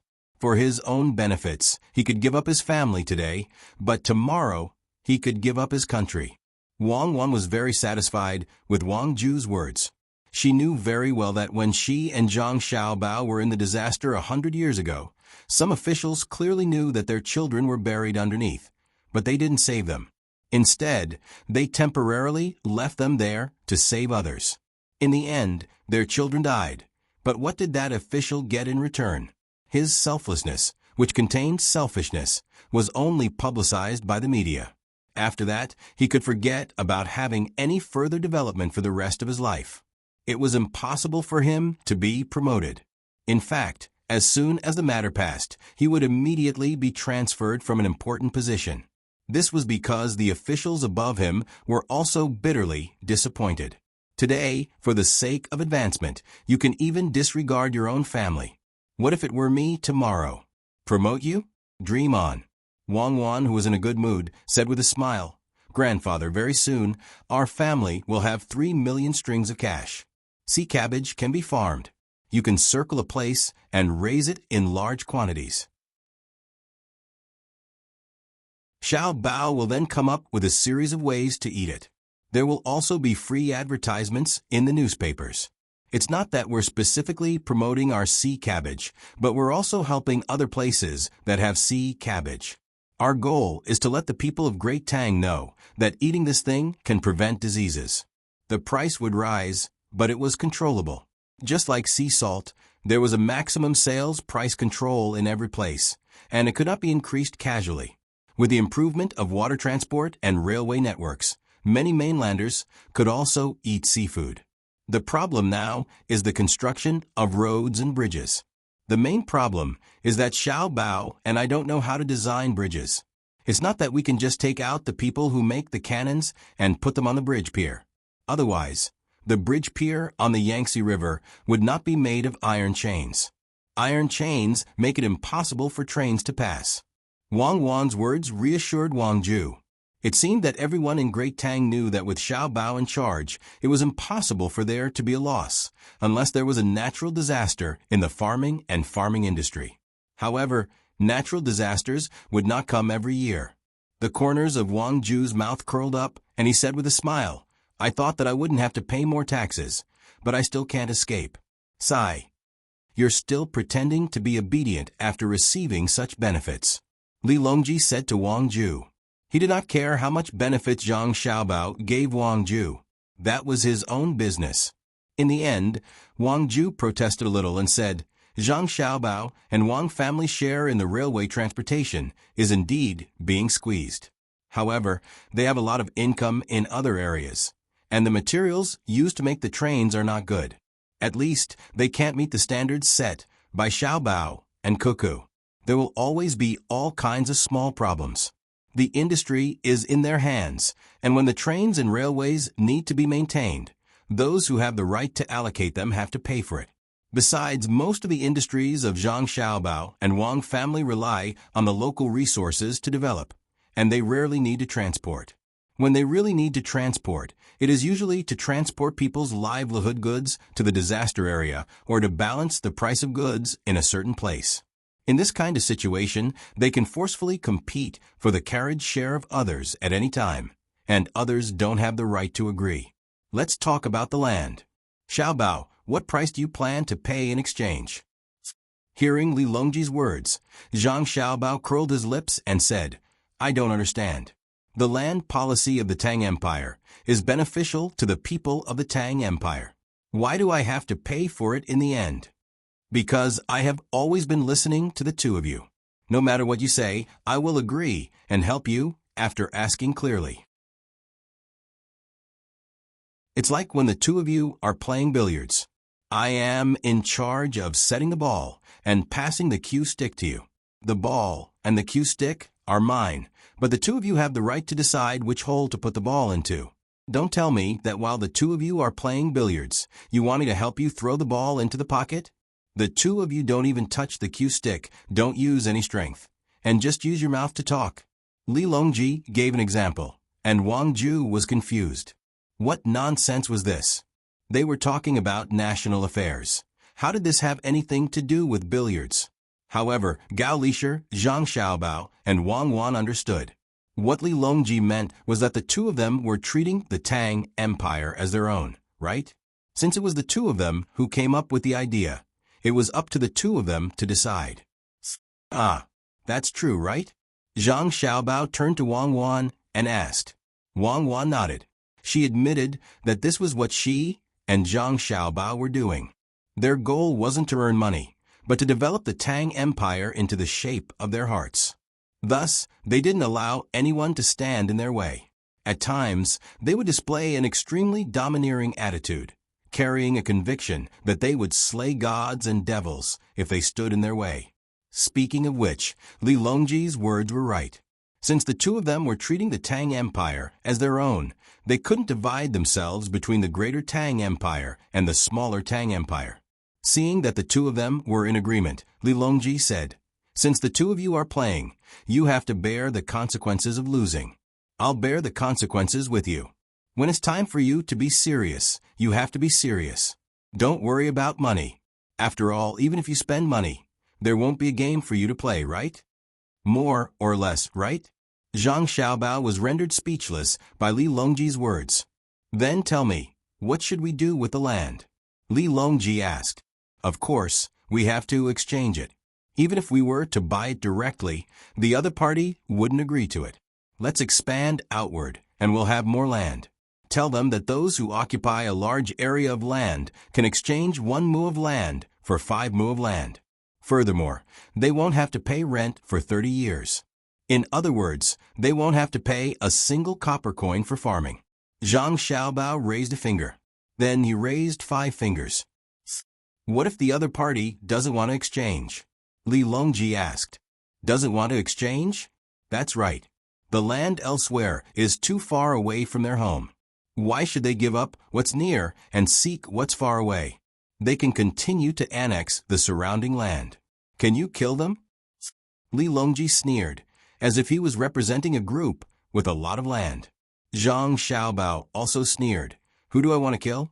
I'll force them to their deaths. I'd rather pay a higher price to lower the price of grain. At that time, I'll pay 2 copper coins for a dough of grain. Let's see if it's worth it for them to farm. If they don't want the land elsewhere, I'll go and plant it. When the time comes, I'll transport it back. Even if I have to pay a copper coin for every dough of grain sold, I'm willing to do so. Besides, hasn't our great Tang started to collect rent based on the number of mu of land? I'll use the seeds provided by the Senongsi to plant, and then the great Tang will raise the rent. They won't be able to object even if they want to, because the great Tang will increase the tax based on the quality of the new seeds. In the end, I'll make sure that they can't earn back the money they used to buy the seeds. Not to mention other things, If I plant a large amount of high-quality rice in the northern area of Hebei province, once the price is lowered to the same level as here, they won't be able to sell even 1 gene of grain. Not to mention 2 ripening a year, even 3 ripening a year. They'll have to keep the grain in their hands. Zhang Xiaobao's ruthless words made Wang Ju and the other 2 shudder involuntarily. They had just eaten the freshly made rice, which was only ripening once a year. This was still a variety that could be further improved. The Sinongsi had been very useful these years. Wang Ju indeed knew that the rice over there was much more delicious than here. When it was steamed, it smelled good. When it was eaten, it tasted many times better than here. In the past, he didn't know the reason, but now he knew that it was because of the length of the ripening period. If it were someone else who said this, Li Longji would take it as a joke, but since it was Zhang Xiaobao, Li Longji had to take it seriously. He knew that if it really reached that level, Zhang Xiaobao would definitely do it. When he felt that the method was feasible, Li Longji suddenly found a loophole and said, "Xiaobao, if you do this, what about the people who have land? Wouldn't they be done for? The local people? Subsidies, according to the number of people. Hasn't the court already stipulated how much land each person can get? Furthermore, officials are also calculated according to their ranks. Since it has been stipulated, when the time comes, subsidies will be given to each person according to the ownership of the land deed. But the tenant farmers won't give, because the land doesn't belong to them. The servant girls won't give, but a new contract will be released and signed directly with the people who have the land deed. If a court needs that piece of land, when they forcibly expropriate it, they will send the people who have signed the contract to another place and give them additional land subsidies. The key is not the policy, but the people who implement the policy. Your Majesty, your patrol team needs to be strengthened. The cost of their patrol is insignificant compared to the local officials' greed and goodwill when they don't patrol. If they patrol a place once, it might cost them 1,000 strings of coins. But if they don't patrol, the loss to the court is estimated to be tens or even millions of strings of coins. Zhang Xiaobao had already discussed this matter with Wang Wan. In fact, the 2 of them had many ideas, and they also knew that the people of their time also had many ideas that they could use. But no matter what, it had to be implemented on the officials below. But their situation back then wasn't optimistic at all. There were layers of connections and countermeasures. The reason for this situation was that no one was clean. In those 100 years, the people had already formed a habit. Everyone said that officials were bad before they became officials. But after they became officials, they did the same. When they criticized others for having more women, they also wanted to have one in each hand. That was the fall of the era, the change in the people's hearts. Thus, only a small portion of people persisted, but it was useless. But the current Great Tang was different. The people of Great Tang still knew that they had to be loyal to the emperor and love their country. There were also few thieves in Great Tang. When they were caught, they wouldn't resist because they knew that they were in the wrong. In Great Tang, if you saved someone's life, they would bring their entire family to kowtow and thank you. If it wasn't for the rapid development of technology, the advanced production technology, and the sharper weapons, the society back then would have long been ruined. And the most fundamental reason for all of this was the development of technology. When other countries developed quickly, the threat to a slow-developing country wasn't just in terms of military strength, but also in terms of the beliefs of the people. Thus, what Zhang Xiaobao and Wang Wan had to do was to seal off the advanced technology and then use Great Tang's technology to bully others. As long as they were powerful enough, they could get the peace prize no matter how many people they killed. The prerequisite was that they had to deal with the internal affairs of Great Tang first. At this time, the 2 of them thought of this matter and looked at each other tacitly. Then they revealed gratified smiles. Wang Wan maintained this smile and went along with Zhang Xiaobao's words. When the time comes, even if others want to play tricks, their tenant farmers won't do it. This is because we'll directly move them elsewhere and give them subsidies. This way, they won't dare to play tricks on the land. They want the tenant farmers to accompany them to cheat. Once the tenant farmers know that they can use this opportunity to take advantage of the situation, their efforts will be in vain. "Oh, this is a vicious move," Wang Ju exclaimed. In the past, he only knew that his son-in-law's 2 children were formidable. He also saw the development of Great Tang and received some information from Li Longji. But today, after hearing the words of the 2 of them, he realized that this was the most profound moment. It turned out that many of Great Tang's national policies were developed in this way. In this way, the other officials in the court could only be decorations. They just had to follow the work, but they didn't have a chance to follow the decisions. Who could think of a series of things? Was this the legendary way of thinking of the students of Jinjia Academy? Many things found to be very simple after hearing from others, but if others didn't mention it, he would never think in this direction. He also didn't know how his grandson and granddaughter-in-law learned these skills. It seemed that they knew everything. Ordinary children, even if they were chosen by the 2 experts behind them, probably wouldn't be able to learn even 1/10 of it. This required extraordinary intelligence from a very young age. Li Longji wasn't surprised at all. He was used to it. If the 2 of them couldn't say anything, he would be surprised. Therefore, he nodded and said, "If you want to say the best, it should be the method of continuous patrolling. I plan to send out a batch of patrolling people every month and then add more patrolling people every quarter. According to what you've mentioned, if the first batch of patrolling people can't find a problem, but the second batch finds a problem when the first batch appears, then the first batch will be killed. If everyone can't find problem and is caught by Xiao Bei and the others, everyone in the first batch will be exterminated. I definitely won't allow problems to happen to the local officials. It's fine as long as it's a habit. As for the money spent on patrolling compared to the benefits of stable development, it's really too little. So, I agree to the land plan. Li Shi will be in charge of implementing it." "Yes," Gao Li Shi replied. When Wang Ju heard that the matter was decided so easily, he pondered about the issue of patrolling and advised, "Your Majesty, the local officials have many tricks. The patrolling people might not be able to see through them. Isn't it too heavy to exterminate them directly?" "Heavy? It's not heavy at all. I'm just choosing people from the local officials to be patrolling people. It hasn't been long since I started, so I haven't found the time yet. In the future, I will test the patrolling people and test their various tricks. Whoever can come up with a solution that others can't solve will receive a large amount of rewards. For example, if a county magistrate suddenly thinks of a good idea to embezzle 10,000 strings of coins without anyone finding out, I will send a decree every month to recruit capable people. As long as he, the county magistrate, can tell his method, I will reward him with 20,000 strings of coins. To deal with the local officials, we must use the local officials.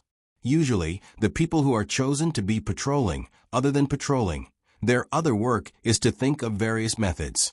Tell me, if they can't find a problem, won't it mean that they are not diligent?" Li Longji also explained his plan and looked at Zhang Xiaobao proudly. Zhang Xiaobao had never told him about such a reliable method.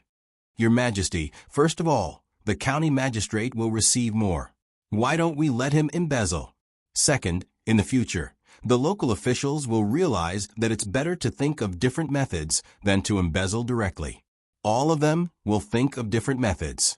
Wang Ju was still worried. "Wang Qing, you're not like the past you. You used to be so smart, so why have you become so stupid now?" Li Longji was puzzled. A county magistrate may receive more, but his method can be used in many counties. In the future, the other county magistrates won't be able to use this method. As for the second point, it's not that easy to think of different methods. If you spend all your energy on thinking of different methods, you will lose your political achievements. When the time comes, you will be held accountable.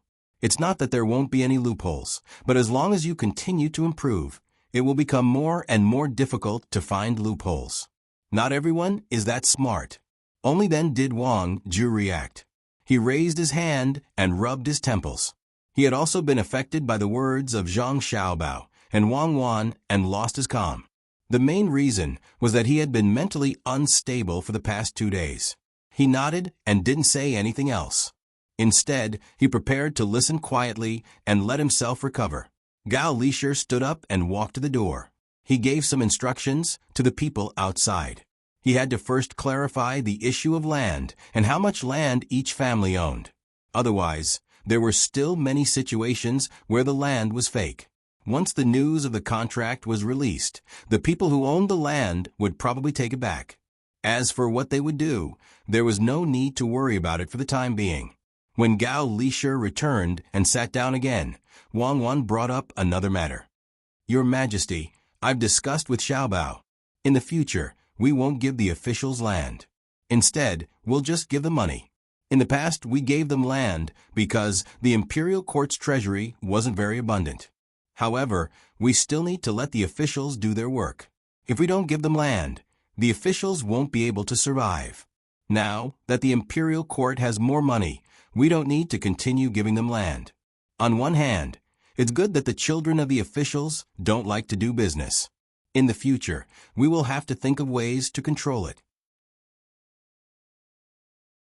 Otherwise, it'll be easy for the local officials to seek benefits for their children. Xiaobao and I propose that the current official's salary be doubled during his term. After his term ends, he will be given a one-time reward according to his evaluation results. This is called raising honest people with high salaries.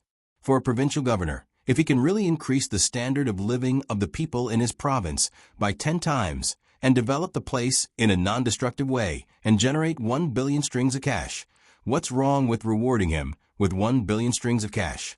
Zhang Xiaobao also cooperated and said not allowing the officials to hold a post in the local area can be postponed. After all, if they don't hold a post in the local area, they won't understand the situation in other places. In fact, Zhang Xiaobao also wanted to say that in the future, the local officials should be like Sanshui County. Whoever could become a local official wasn't appointed by the imperial court, but by the willingness of the local people. However, after considering the current political system, he felt that it was too early, so he stopped. Li Longji didn't directly agree this time. He still had to discuss with the other officials and see if they wanted money or land. The former was easy to handle. Money could be earned. If it was the latter, then he would have to discuss with Zhang Xiaobao and Wang Wan. How could he let the officials voluntarily give up land? During this process, he had to use Zhang Xiaobao's ability to deceive people. He had to make the officials feel that if they asked for land, their losses would be many times greater than if they asked for money. That way, there was no need to force them. They would ask for it themselves. The main method was to lower the value of the land and, at the same time, not harm the people who work there. Xiaobao, Cuckoo, I want to send a report back to the capital and wait for the results. Speaking of the problem of using money to replace land, as well as the problem of raising honest people with high salaries, I believe that they will be willing to pay more for the latter. I think that if we don't come up with a solution, they will want both money and land. Haha. Li Longji felt that he could also think this way. Who didn't want to take advantage of the situation? Zhang Xiaobao also laughed and said, "We'll listen to your Majesty." What do you mean listen to me? It's always you and Cuckoo who come up with ideas. I'm just the one who sets the ball, but the case, the ball, and the clubs you use are all mine. Li Longji corrected him. Wang Ju understood now. The so-called case referred to the Tang Empire. And then the emperor let Xiaobao and Cuckoo develop their relationship as if they were playing a game. Thinking of this, Wang Ju was very surprised. He finally knew how Xiaobao and Cuckoo got along well with the emperor. The two of them didn't want power, but the emperor didn't do it. No wonder the emperor always supported the two of them. Thinking that his family would be richer in the future, Wang Ju said happily, "The problem of land in the Tang Empire will be solved. Everyone will have land to plant. That's great." Unexpectedly, as soon as he said this, Zhang Xiaobao and Wang Wan shook their heads at the same time. Zhang Xiaobao said, "The problem of land has not been solved. Now people are planting indiscriminately. They are not willing to change what they planted in the past. They always think that it will not be as good as what they planted now. In other words, they don't want to take any risks. Therefore, we have to find a way to make them change, especially if one thing sells well this year and everyone plants all the same next year. That will cause them to lose money. First, how to make them willing to accept new varieties of crops. Second, how to make them understand that they can't follow the trend in the process of accepting. At the same time, we have to form a scale where they can plant the same thing. This is very difficult and difficult to control. Planting seeds in one place all year round will reduce the yield of that place. Now the Tang Empire is facing this situation because there is a lot of land, so there is a fallow. However, in fact, there is no need for a fallow. There are other ways to solve this problem. I will let the people of the Western Agriculture Temple take care of it and add in the upcoming insurance mechanism. Right now, we don't need too much agricultural subsidies. The more direct way is to reduce the rent. We can only do that after the people who occupy the land are cleared out. At this point, Zhang Xiaobao did not say anything. Whether or not agricultural subsidies would depend on the speed of economic development, the proportion of land in the entire society, and the amount of land per capita.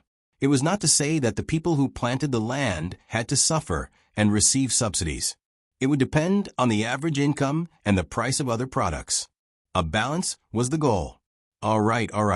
Xiaobao, go and prepare some food. Heat the noodles. Go and call that boss and let him see how you do it. We can discuss the future matters in the future. If we continue to listen, we will be confused. Li Longji ate a small bowl of shredded pork noodles. Not only did it not feel good, it also did not feel full. His stomach felt empty. Eat the instant noodles. I will teach him how to make it. Zhang Xiaobao stood up gloomily. He had just exhausted his brain power, and now he still had to exhaust his physical strength. Instant noodles are still noodles. All right. Li Longji appeared to be very easy to talk to. He knew that Zhang Xiaobao would not use instant noodles to deal with him. During the meal, they were indeed eating noodles. The noodles were rolled out by Zhang Xiaobao to make the noodles taste good. One was the type of wheat, and the other was the processing process. Naturally, there was no lack of good wheat.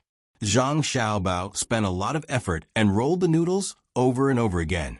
The boss of the soup pancake shop was standing beside them. When he saw Zhang Xiaobao adding some salt to the noodles, he curiously asked why. Zhang Xiaobao did not hide anything and directly told him that the texture was good. The noodles were smooth and tender and would not stick together easily when cooked. Whether the noodles tasted good or not, apart from these 2 points, the most important factor was the type of noodles eaten and how to prepare the soup and sauces. Zhang Xiaobao made 4 types of soup and 6 types of sauces. Some of the sauces could not be prepared immediately and had to be prepared beforehand. Similarly, Zhang Xiaobao had no intention of hiding this and told the boss everything.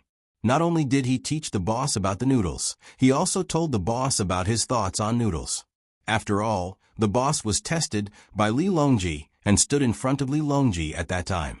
Although the assassination was fake, the boss's attitude was genuine and should be rewarded.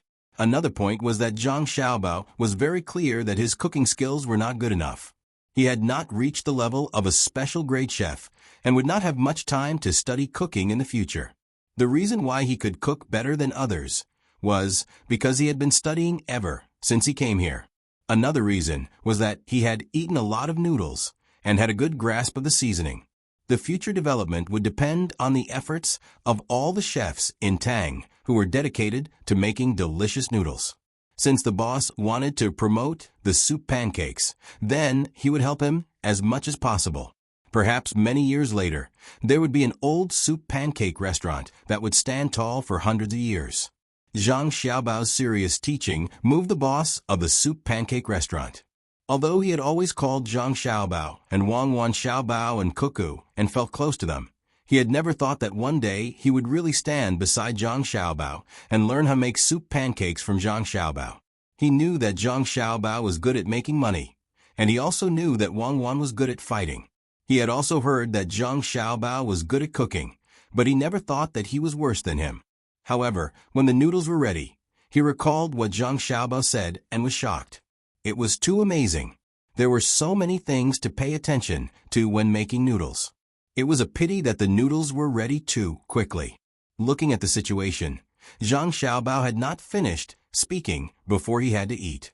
He could not pester Zhang Xiaobao to ask about things. He did not know when they would meet again. Perhaps he would not find an opportunity in his lifetime. Just as he did not know how to thank him, Zhang Xiaobao asked someone to send the noodles out and said to them, "If you come up with any good ideas in the future, remember to send me a telegram. I will let the inner courtyard take note of you. Then we will continue to discuss and learn from each other." Zhang Xiaobao really wanted to see a master of noodles grow up. He also knew why he was so amazing. It was because he was standing on the shoulders of a 1,000-year-old ancestor. A sauce that looked simple might have required the efforts of several generations. Taking it out himself could be considered as returning the favor to the previous owner. Perhaps the noodles he had eaten before were developed by this owner. Then it was passed down from generation to generation and gradually perfected. This owner did not know what Zhang Xiaobao was thinking. When he heard that he would have the opportunity to learn from Zhang Xiaobao in the future, he was so excited that his whole body trembled. He opened his mouth and did not know what to say. As for Zhang Xiaobao saying that they would discuss and learn from each other, he only thought that Zhang Xiaobao was being modest. "Well, I won't accompany you. I am going to eat with you." After Zhang Xiaobao finished speaking, he found a servant from the inner courtyard and directly left after saying a few words. Naturally, this owner would not follow him to eat.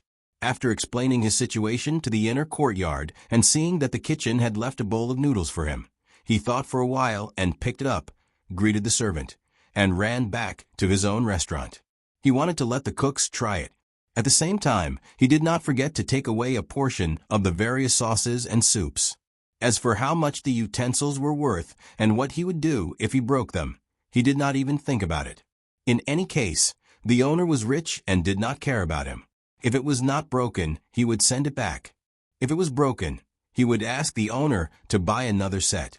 Early the next morning, Zhang Xiaobao had just prepared a light breakfast for his mother and mother-in-law and was waiting for them to eat. After eating a few steamed buns, he was called by Wang Ju to go fishing by the West Lake. Wang accompanied her mother and mother-in-law to find a place to do needlework. She only did the embroidery for her mother and mother-in-law. As for the sewing place, she took over for them, afraid that they would accidentally prick their bellies. Of course, that was just a saying. In fact, it would not be a big deal even if they were to prick their bellies. It would be painful if they were to prick their bellies. There was even a thread behind the needle. She had never heard of anyone being prickled badly. However, at this time, children were precious. From the moment they had children, they had to be careful. This referred to the wealthy. As for ordinary families, many women even gave birth while they were still working. But there was nothing that could be done about it. A person was a labor force, and only after Zhang Xiaobao and Wang Wan began to implement free medical treatment with Li Longji did the situation improve. This was especially so now that the Great Tang was helping to raise children, and the Great Tang's population was rapidly increasing. Jiang Wang clan looked at Wang Wan, who was earnestly doing needlework, and said with a smile, "The later the child is born, the happier he will be.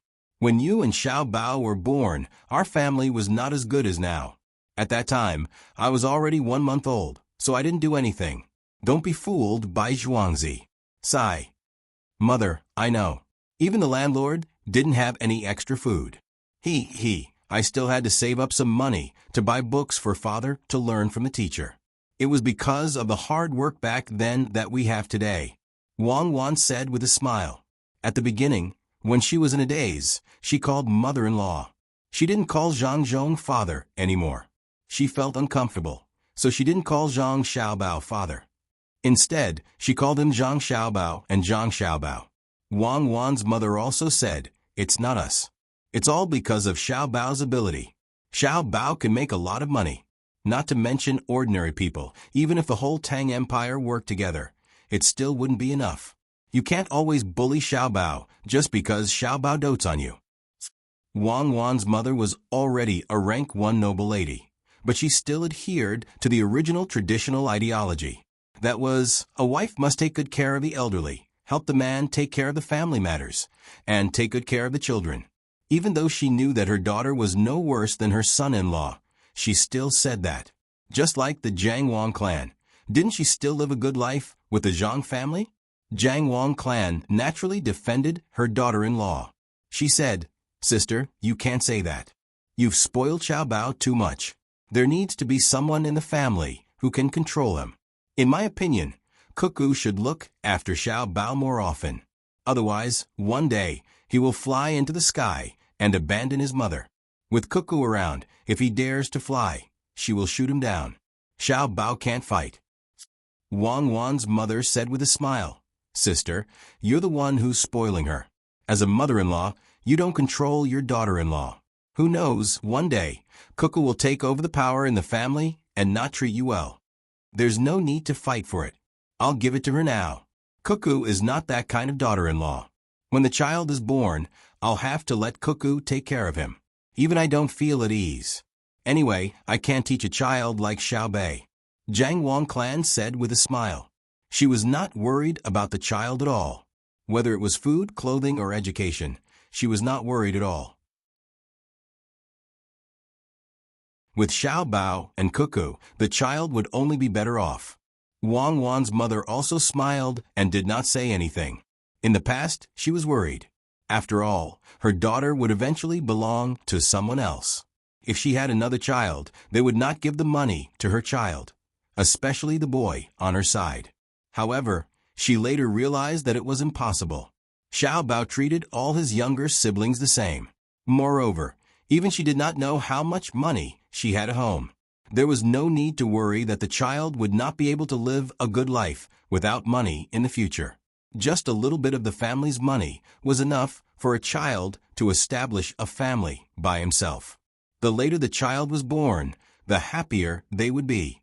Back in Luzhou, when the family was not as rich as it was now, Xiao Bao and Cuckoo could build a big delivery room for their unborn siblings. Then, they immediately built a big house with agarwood. When the child in the womb was born, she wondered how much love she would receive. Wang Wan also said with a smile, "When the baby is born, Xiao Bao and I have decided to let Xiao Bei and the others take care of it. In 2 months, we'll let someone take a look. It's best if it's twins. The more people in the family, the better." At the mention of Xiao Bao, Jiang Wang clan remembered that her son had been dragged by her father to go fishing. She shook her head helplessly. "Xiao Bao is too much. He's busy all day, but he still has to go fishing." Xiao Bei and the others went to Jiang district by themselves. They're worried. "I don't know what's so good about fishing."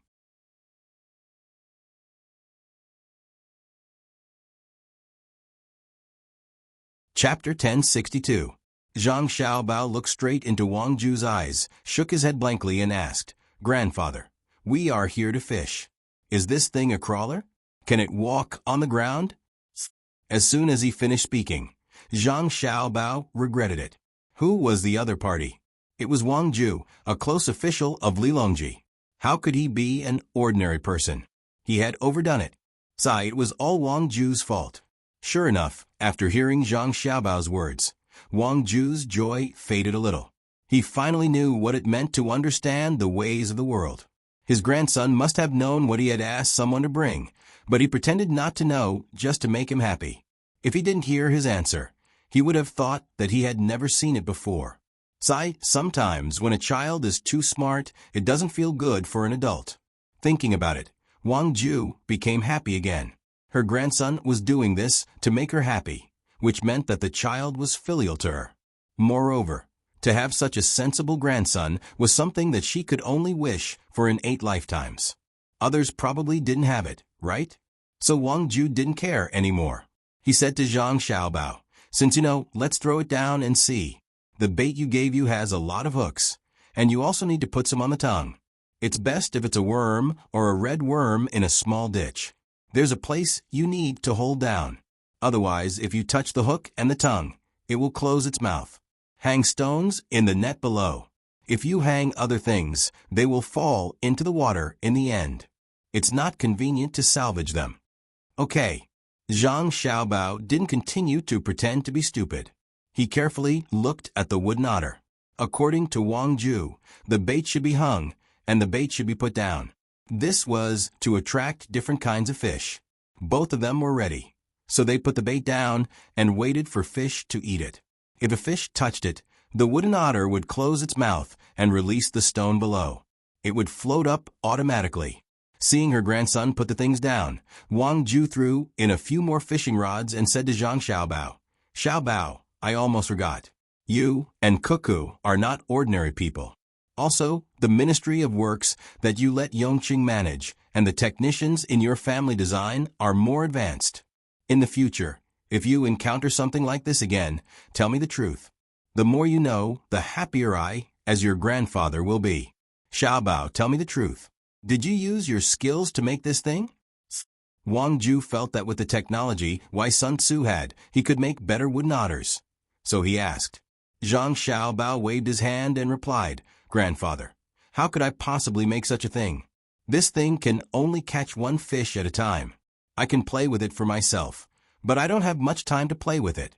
I have to think about things all day.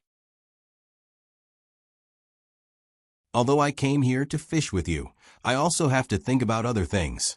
It's either I don't make it, but as long as it's something that Cuckoo and I make, it will definitely be something that the people of Tang Empire need.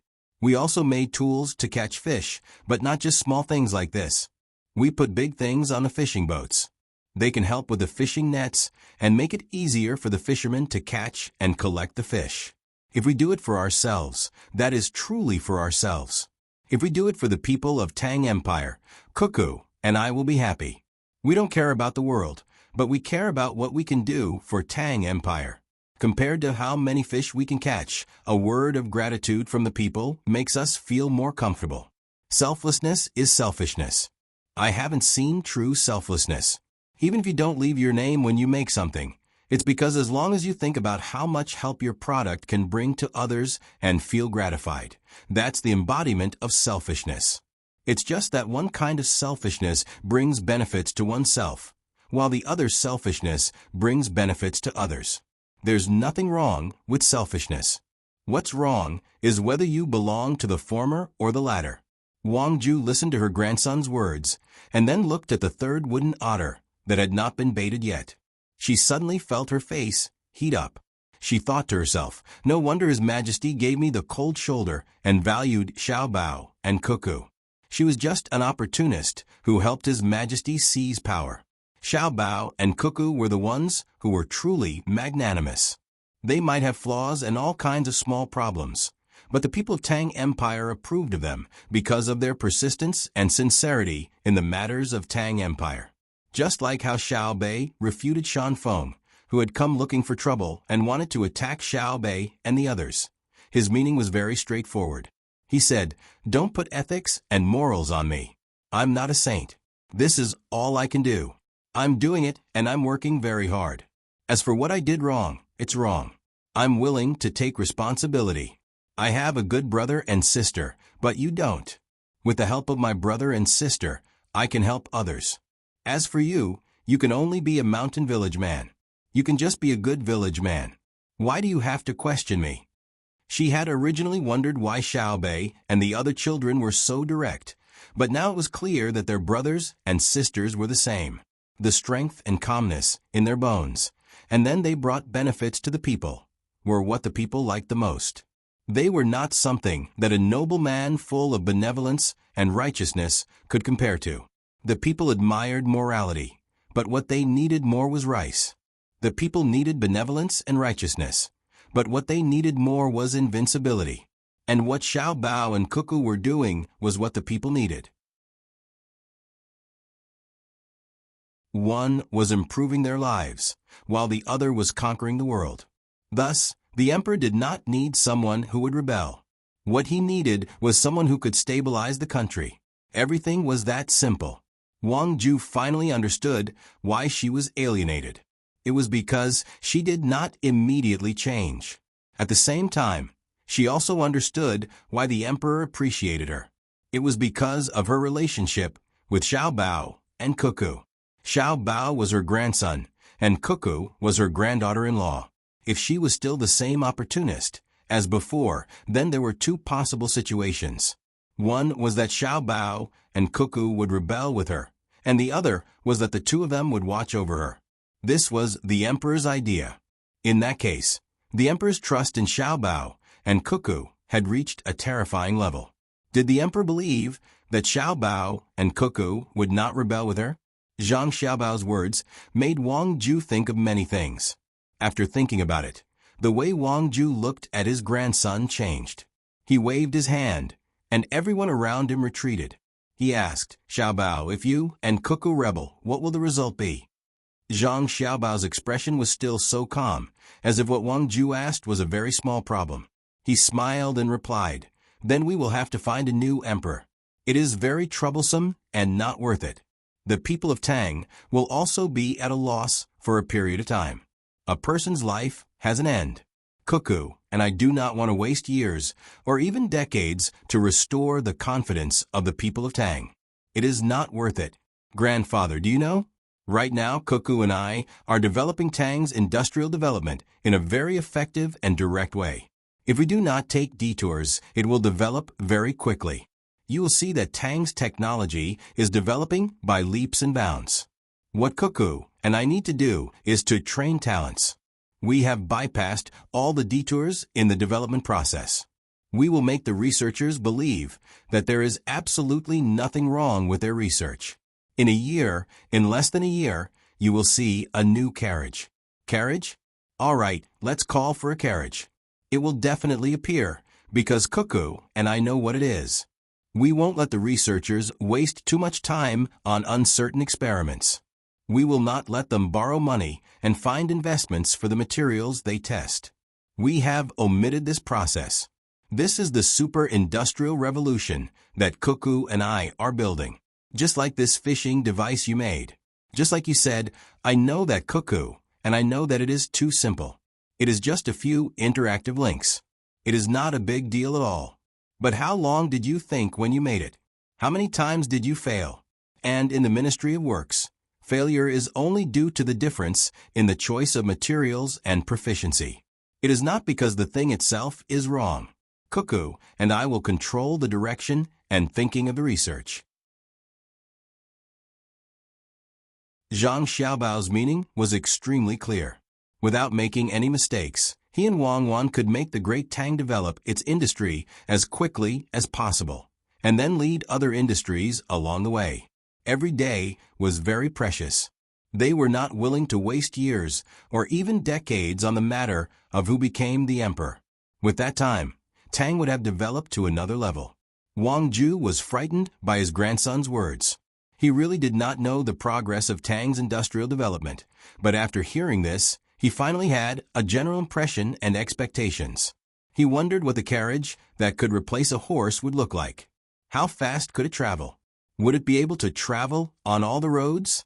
A year would pass very quickly. He was about to witness the emergence of a new thing. Compared to the fishing device he made, the fishing device was more useful. After thinking about it, Wang Ju asked again, "Xiao Bao, what if someone wants to rebel?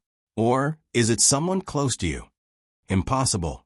People close to us will never rebel, because they know that rebellion will interfere with my and Cuckoo's plans.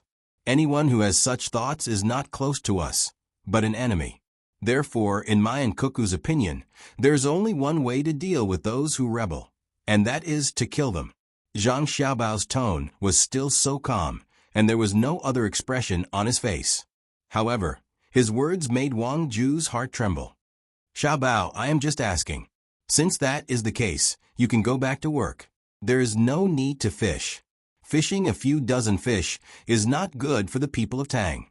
Wang Ju suddenly felt that asking his grandson to fish with him was a crime against the people of Tang. Xiao Bao was not his Xiao Bao, but the whole Tang. With a swish, Xiaobao lifted a fishing rod with a foot-long grass carp wriggling on it. He looked at Wang Ju and said, "Grandpa, I'll make braised grass carp for you later. If I can get a fathead carp, I'll make a fathead carp for you." "Grandfather, I suddenly thought of something interesting. Not only can it make money, but it can also improve your reputation.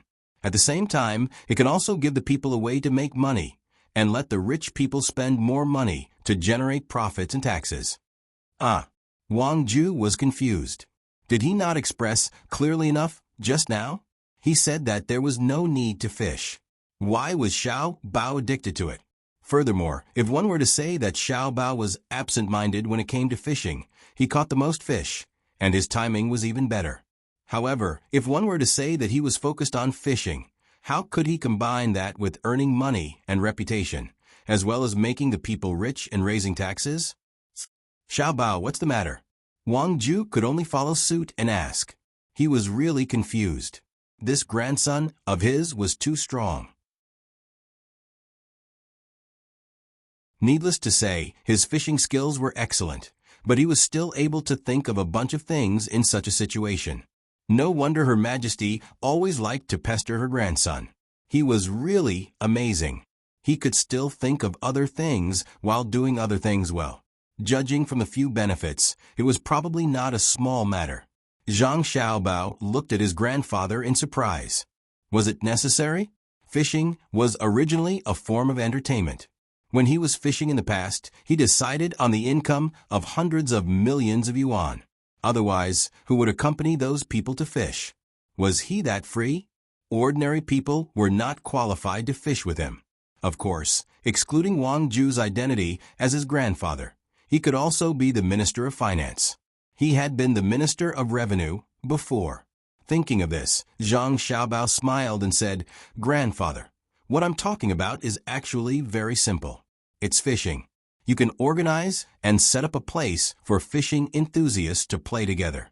Let's call it the association. Then we will have it together." "How will we have it? I have a reputation, but what about other things? How will we make money?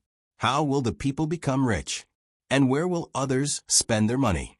Wang Ju's experience made him unable to follow Zhang Xiaobao's rhythm. If it was Wang Wan, it would be much more convenient. This was also the reason why Zhang Xiaobao and Wang Wan cared about each other. It was really difficult to find someone who could understand you. Living alone in this world was indescribably lonely. Zhang Xiaobao did not expect Wang Ju to understand at once. He explained, "If you set up a fishing association, you will naturally find a group of fishing enthusiasts. Then I will immediately follow and sell fishing rods and various fishing gear. Is it profitable? When the time comes, we will split the profits and give you half of the net profit. You have to find a place to fish, and you have to have fish. No matter where you look, the local people can set up a stall nearby to sell fishing gear, open a snack bar, or even an important lake. If your association goes there, you have to pay them. Only then will they give you a good fishing environment. As long as there is a certain amount of money flowing, there will naturally be taxes. Whether it is transportation, processing, or pure entertainment provided by enclosed areas, especially fishing in running water. You have to sit on a raft, right? People usually charge 10 copper coins to ferry people, but they charge you 100 copper coins. Are you willing to pay? Yes, the people in my association don't lack money. You can just throw out a little bit, and it will be more than 100 copper coins. Who will buy the fishing gear? Don't you know how to make it yourself?" Wang Ju was very surprised. If others make it themselves, not only will it be a waste of time, but they will also not be as professional as me. "Grandfather, let me show you my fishing gear. I have prepared this big box long ago. The things inside are divided into running water fishing and dead water fishing, sea fishing and river fishing, stream fishing and lake fishing, stream fishing and rock fishing. Even if it is the same place, different rods and baits will be used to catch different fish. There are also different techniques. In addition to the basic fishing equipment, there are also auxiliary equipment, such as chairs, tables, pole erectors, and so on. There are countless of them. I only brought a little bit in my box. As Zhang Xiaobao spoke, he laboriously dragged a big box next to him over. He opened the lid, and a variety of fishing gear appeared in front of Wang Ju's eyes.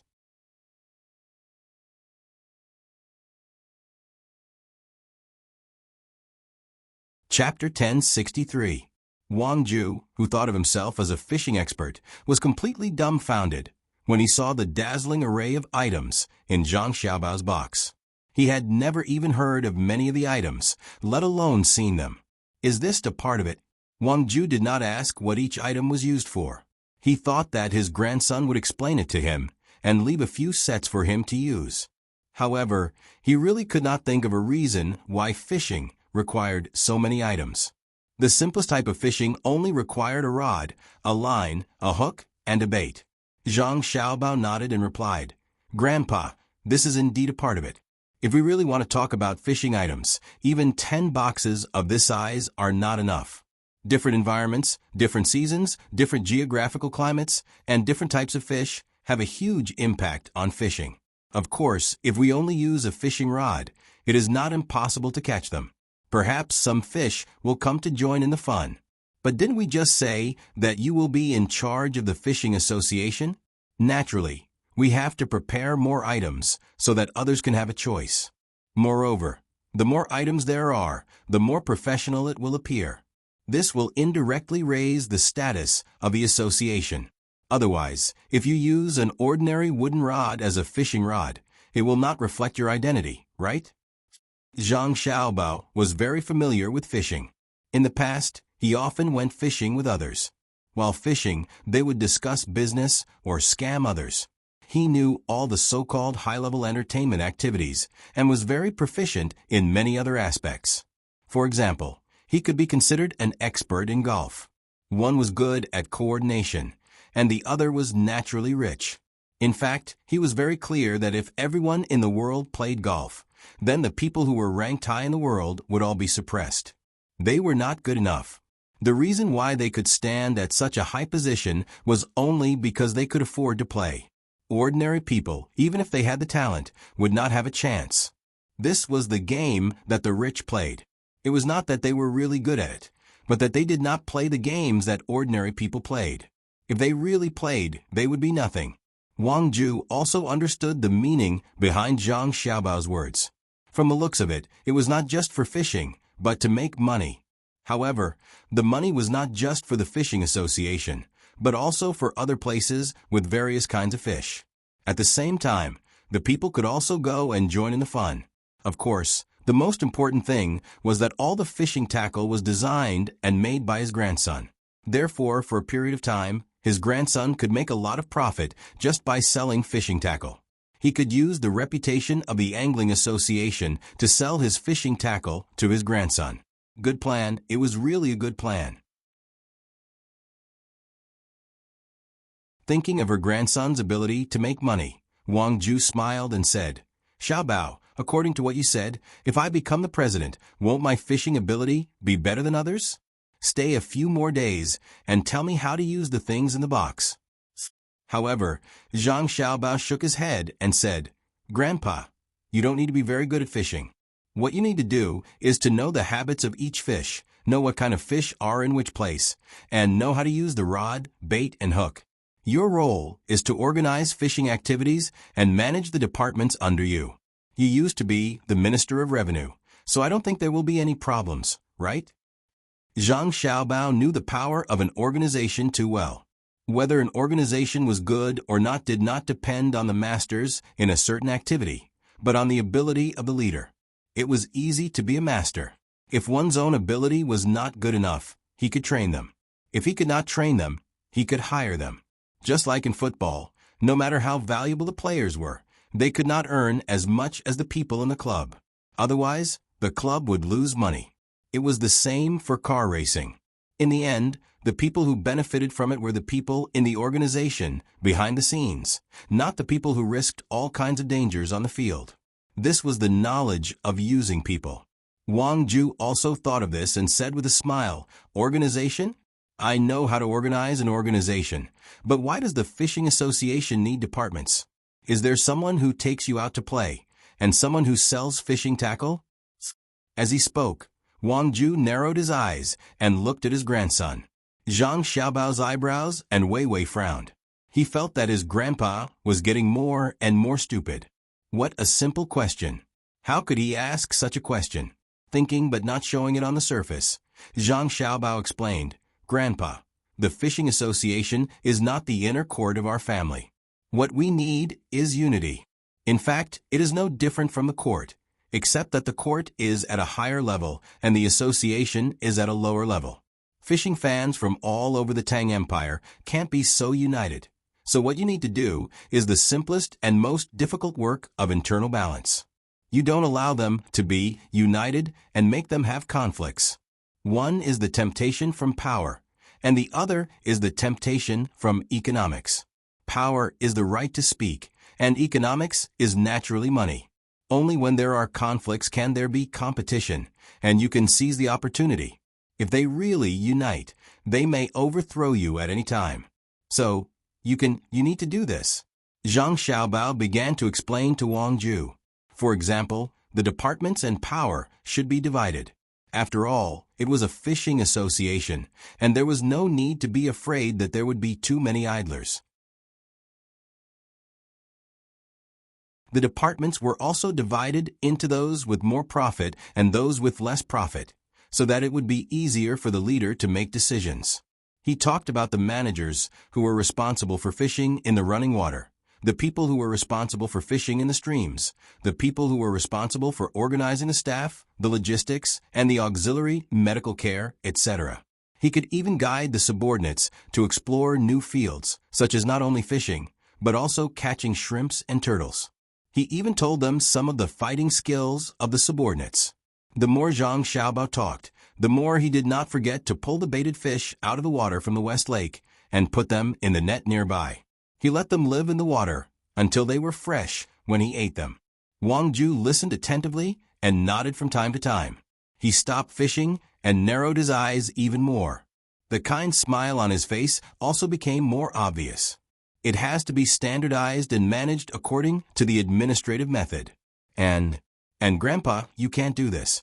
You know it, but you still want me to say it. I've been talking for a long time, and my throat is dry." As Xiaobao spoke, he realized that it wasn't that his grandfather didn't know anything. He just liked to listen to him and listen to his opinions on political matters. The better he performed, the more satisfied he would be. It was a kind of care and test from an elder to a younger generation. Grandpa had not become such an important official for nothing. Just like Old Man Pai and the others, they were all smart and had a good grasp of the situation. Perhaps there were many things that they knew clearly in their hearts, but they still pretended not to know. For example, when Old Man Pai looked for him and Cuckoo to fish, it did not matter who won in the process.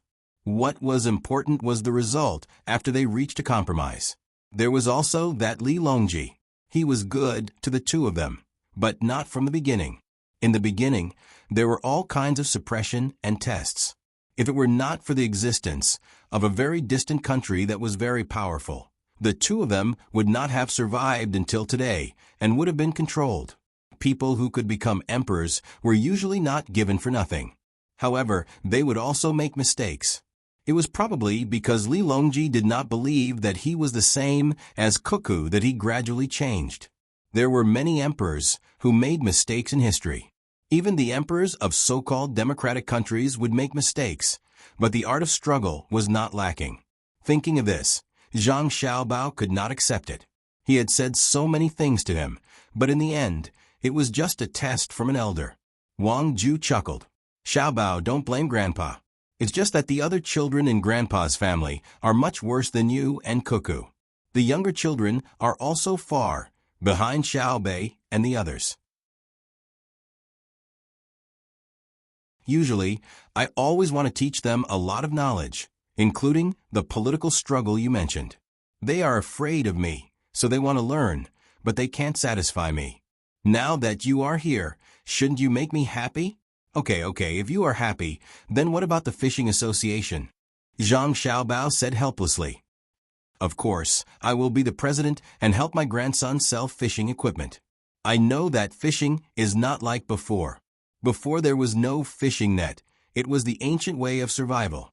Nowadays, very few people fish to fill their stomachs. It is okay to fish for prawns, but the big prawns are in special places. It is not easy to use a net underwater, so fishing for them is not easy. Now that there are fishing nets, who would still fish for food? Come, take out the tools in your box, and tell me which one is suitable for the lake in front of me. Once I learn it, I can help you benefit the country and the people. To be honest, selling fishing equipment is not very important to me. You don't lack money. What I care about is that the people set up stalls around the fishing areas and are responsible for processing the fish that they catch. Maybe the income is not the most, but the help to the people is the most direct. Today, there is the Fishing Association. Tomorrow, there will be the Snooker Association. The day after tomorrow, there will be other associations. Every association brings some benefits to the people. When many associations are added together, not only does it enrich the Tang Empire's entertainment, but it also slowly changes the lives of the people. Just like the pear garden that His Majesty built. Do you really think that His Majesty built it for him? His Majesty saw that the people were rich and was afraid that other things would happen. So he built it. Unfortunately, His Majesty thinks that he is rich, but in front of you and Cuckoo, he is still poor. Who asked for industrial and agricultural technology to not be able to keep up. Also, there is the canal that has been in use and has been expanding. Back then, Yang Guang said that it was for him to play, but he is not that stupid. Playing is just an excuse. His Majesty is also playing, and he goes to every place with a purpose. It is not His Majesty's purpose, but it is also the purpose of you and Cuckoo, right? Wang Ju also said a lot of things. Hearing this, Zhang Xiaobao became even more depressed. Since they all knew, why didn't the book say so? Wasn't it because of political needs? None of these people were good people. Sighing, Zhang Xiaobao took out something from a box. Alright, then let's try out the various tools. While Zhang Xiaobao accompanied Wang Ju to fish, Xiaobei's team was getting closer and closer to Jiangzhou. However, they deliberately slowed down their speed. Now, the team was bigger than when they had just left Hangzhou. A portion of the gunboats had entered Poyang Lake, while the other portion had joined up with Xiaobei's team. There were also more hot air balloons in the sky. When they first started, no one could guess what was going on. However, when the identities of Xiaobei and the others were revealed, and when they started to encircle and annihilate the religious organization, everything became clear. Not only did the other party know, but the government also knew. Even the smarter people also knew. When a smart person said something, the other people would follow suit and spread the news. In the end, the more the news spread, the more ridiculous it became. In the end, some people no longer said that they wanted to encircle and annihilate someone.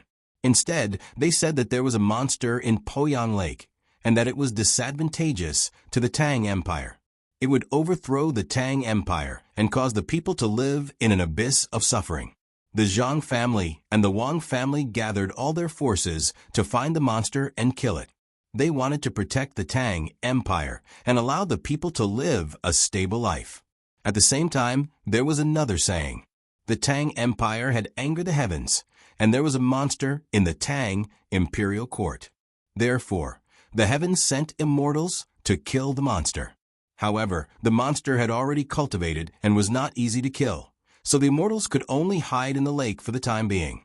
Many people spread the former, but the latter was so rare that it was less than 1 in 1,000 people. Furthermore, it was very secretive. It was so secretive that no one dared to tell others. Instead, it was written on very small pieces of paper and pasted everywhere. Children were the most literate. Ordinary people would only take time out of their free time to make up for their literacy lessons. There were not many of them now. The effect of pasting paper strips was naturally not good.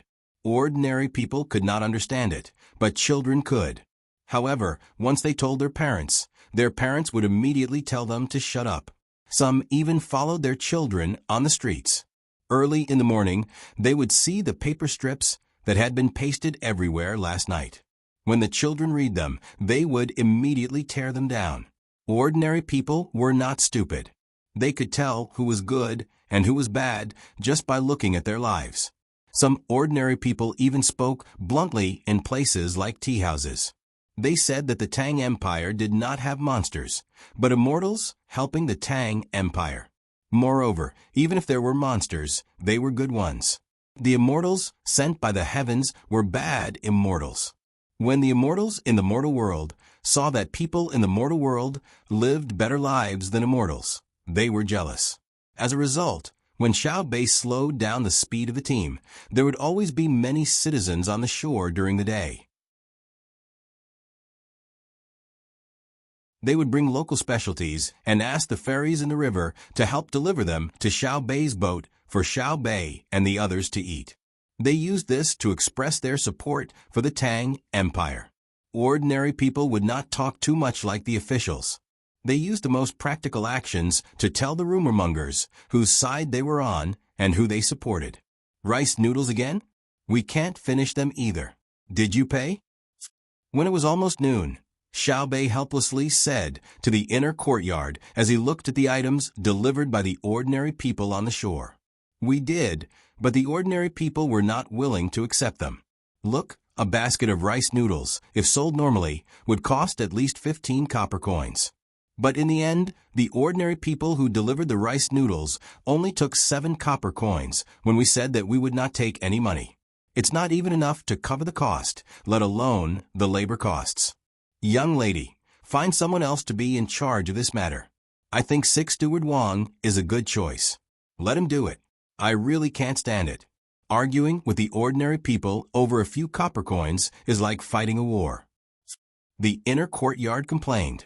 He wanted to divert the trouble and did not want to do this work himself. Xiao Bei chuckled and said, "It's the same no matter who does it. You work hard first. I'll discuss with them and see if they have any good ideas." After saying this, Xiao Bei went to look for Xiao Yuan and the others. It wasn't until noon when they were eating rice noodles that they finally came up with a solution. That was to take out the things that were supposed to be sold at every bustling port on the road and exchange them with the people who sent them to the shore. The fleet had bought and sold along the way. Now, not only had they earned back the money they had spent, they even had a slight surplus. Most importantly, they had enriched the dining tables of the ordinary people. This was because the ships usually carried a lot of food, all of which were local specialties. Since the ordinary people wanted to give them things, it was better for everyone to take advantage of them. If they exchanged with the other party, they would earn a little in value, and the other party would not lose anything. If they did not exchange with the other party and instead bought the goods themselves, the price would be twice as high. This gave them an excuse to stall for time, allowing Hu Liang and the others to infiltrate the enemy's ranks more easily. Once the matter of the exchange started, the ordinary people were not willing at first. The person in charge explained that the fleet could earn money and even revealed a portion of the data. Only then did the ordinary people accept the proposal of the exchange. As a result, there were even more ordinary people waiting on the shore to exchange. Every family had local specialties that were not worth much.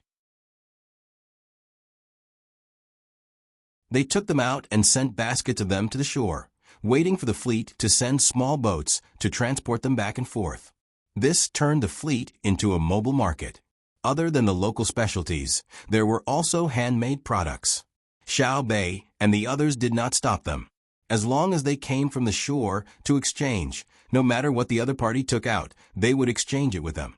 Even if it was a stone, it was fine. Of course, until now, no one had used a stone to exchange for it. They were afraid that they would be beaten up by other people who wanted to exchange. A few days later, the fleet finally slowly entered the territory of Jiang District. As soon as they arrived, all the guards became nervous. They did not know what the other party would do. Xiao Bei and the group of children also stayed in the cabin and did not come out. Although it was a bit depressing, it was still better than being hurt by danger. They did not want to put themselves in a dangerous situation. This was also what Zhang Xiaobao and Wang Wan had always done. In the beginning, When their family only had zhuangzi, they took out a portion of their money to protect themselves. They did not want to wait until they had earned money and status before accidentally dying. At that time, not to mention their situation when they had just become rich, even more powerful people could be assassinated. For example, Zhang Xiaobao once bought the life of a small country's prime minister and succeeded. Of course, it was nothing. Didn't many presidents of large countries die? Therefore, Xiao Bei and the group of children also learned from their older brother and sister. When there was a possibility of danger, they would do their best to protect themselves. They all stayed in the cabin to play with Pan, and Wang Wan. At the same time, they settled down to study. When the ship reached the border of Jiang District, it did not immediately stop. The capital of Jiang District was in Xuanyang. They had to pass through the entrance of Poyang Lake and continue along the Yangtze River for a while. The speed of the fleet began to change. Sometimes they would speed up at night, and sometimes they would even stop during the day. The place that they could reach in a day actually took them 3 days. On this day, there were even more ships coming and going on the river. The morning sun shone down diagonally. There were not only cargo ships on the river, but also ferries and slightly larger fishing boats. On the river, there were no small boats like the ones in Sanshui County. Otherwise, with the Yangtze River's speed and volume of water, as many small boats as there were, they would capsize. Even the slightly larger boats were not something that ordinary people could control. The ferries all moved diagonally. After leaving the shore, they moved in a diagonal direction. Furthermore, there were boaters. Xuanyang is in front, right? It is very lively. I see a lot of people walking back and forth. I can't see if there are any officials coming to greet us. Xiao Bei held a telescope in his hand and ran to the uppermost cabin on the 4th floor. He opened a very small window that was not made of glass and carefully looked forward like a thief. As the capital of Jiang District, which had Poyang Lake, Xuanyang's dock could not be deserted. If the sound of the river water hitting the ship was a little quieter, the ship could even hear the noise of the dock. Xiao Yuan also held a telescope and looked there. He said, "I hope that there are no officials coming to greet us. Who knows if there are any dangerous people among them? Brother and sister have already told us to be very, very careful. I'm scared to death. It's possible that all the officials in Jiang District have been bribed by the other party, even the other party's core members. If the officials come, we can't not meet them. What if they put a grenade in their stomach?" Nonsense. How can a grenade be put in the stomach? Why don't you say put a large cannonball in it? I reckon that if they want to put explosives, they just need to buy a bunch of fireworks and wrap them around themselves. Then they will be found after a search. If they want to see us, they have to go to another ship to take a shower and change clothes. Xiao Bei did not believe that anyone could put a grenade in their stomach.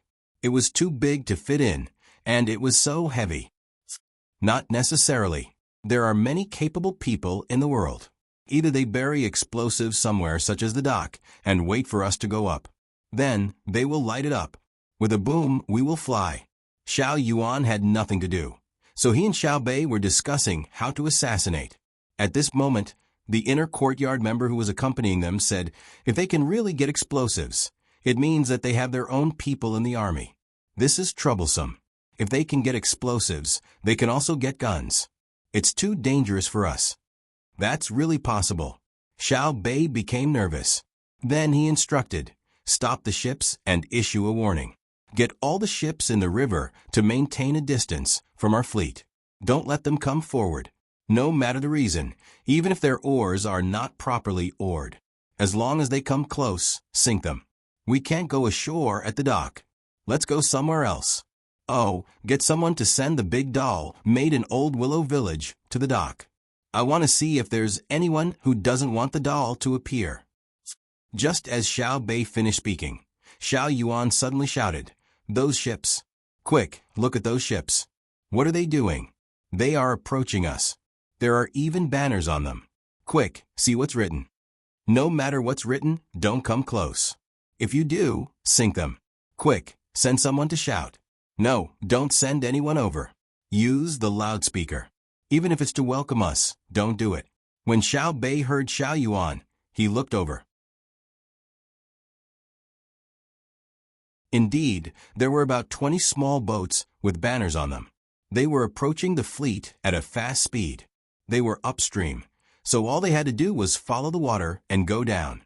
When the people in the inner courtyard behind heard this, they became nervous. They immediately ran outside. Before he could run over, someone on the ship had already thought of this matter. The loudspeaker's voice was broadcast. All ships, listen up. Don't come close. If you do, sink them. All ships, listen up. Don't come close. If you do, shouts rang out over and over again, but the boats that were flowing downstream didn't seem to have any intention of stopping. Instead, there were people behind them who were rowing the oars, and their speed increased. Soon, they were less than 500 meters away from the first big boat in front of them. At this moment, on the ship Xiao Bei was on, he could already see the words on the banners through binoculars. There were words like Xiao Bei, welcome, Xiao Yuan, and so on. In front of each ship, there was a person waving a bouquet of flowers. This was a tradition passed down by Zhang Xiaobao and Wang Wan. They welcomed others to use flowers. Furthermore, the person waving the flowers had a happy look on his face. He opened his mouth and shouted something. It seemed like he was welcoming them. The first large ship didn't care about that. At a distance of 500 meters, the guns could already shoot. The light machine gun was set up on the deck in front and fired a few shots as a warning shot. The expressions of the people standing at the bow of the small ship changed, but the ship still moved towards the large ship. In the blink of an eye, it was 300 meters away. The people at the bow of the ship waved even more enthusiastically. Almost at the same time, there was a rumbling sound. The small cannon on the first large ship opened fire. It was aimed directly at the small ship at the front. A few shells landed on the water, and a few more hit the small ship at the same time. Just as the people on the shore and the other ships were puzzled, the small ship that was hit suddenly exploded even more violently. With that loud sound, it seemed like the entire water surface trembled. Seeing this situation, even if the people on the first large ship were stupid, they understood what was going on. This was definitely not the power of a shell. Because it was a small cannon, it couldn't cause such a big explosion. At this moment, the people on the other small ships jumped into the water. Even the people at the back who were rowing disappeared from the water surface. They're so bold. Quick, destroy the small ship. Don't let them get close. Hurry up. Xiao Bei looked through her binoculars and shouted with all her might. Unfortunately, the ship in front couldn't hear her at all. However, the reaction speed of the ship in front was not slow at all. More shells and bullets poured out like they were free. The small ships that rushed over also exploded one after another. In the process of the explosion, the ships that were washed over by the water also exploded.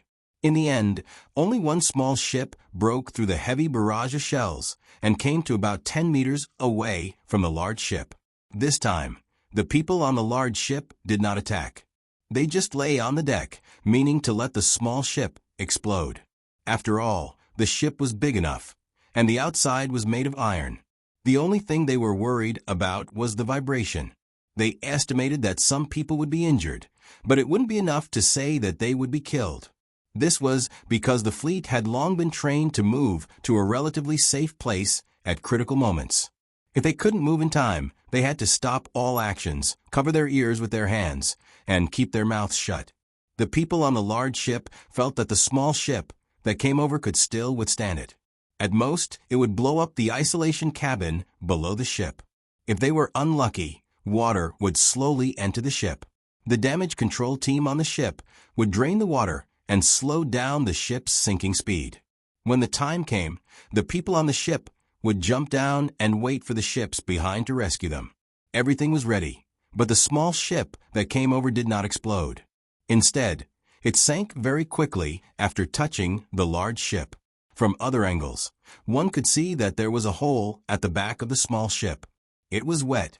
When the other ships exploded, The gunpowder in that area was blown up. However, it did not ignite the gunpowder inside. Then, water flowed in and extinguished the line of fire. When the gunpowder was loaded onto the large ship and the hole was enlarged, the small ship sank just like that. The people on the large ship leaned on the edge of the deck and looked down. Then, they laughed and muttered, "Tisk, you want to blow us up? Don't you know that we have 2 little immortals in our family? God bless us." The people around were stunned. They were fine just a moment ago. Why did they suddenly start fighting? And why were the small cannons on the Zhang family and Wang family's gunboats so powerful? When they hit the ship, they could blow up the small ship to such an extent. Why are they fighting? Aren't they here to welcome the Zhang family and Wang family? Why are the Zhang family and Wang family opening fire? On a ferry that was not too far away, but not very close either, there was a person dressed like a scholar. His eyes were full of confusion. He seemed to feel that the Zhang family and Wang family in his heart had changed. However, someone beside him knew what was going on. He said to him, "What do you know? How can the cannonballs be so powerful? Look at the cannonballs that fell into the water.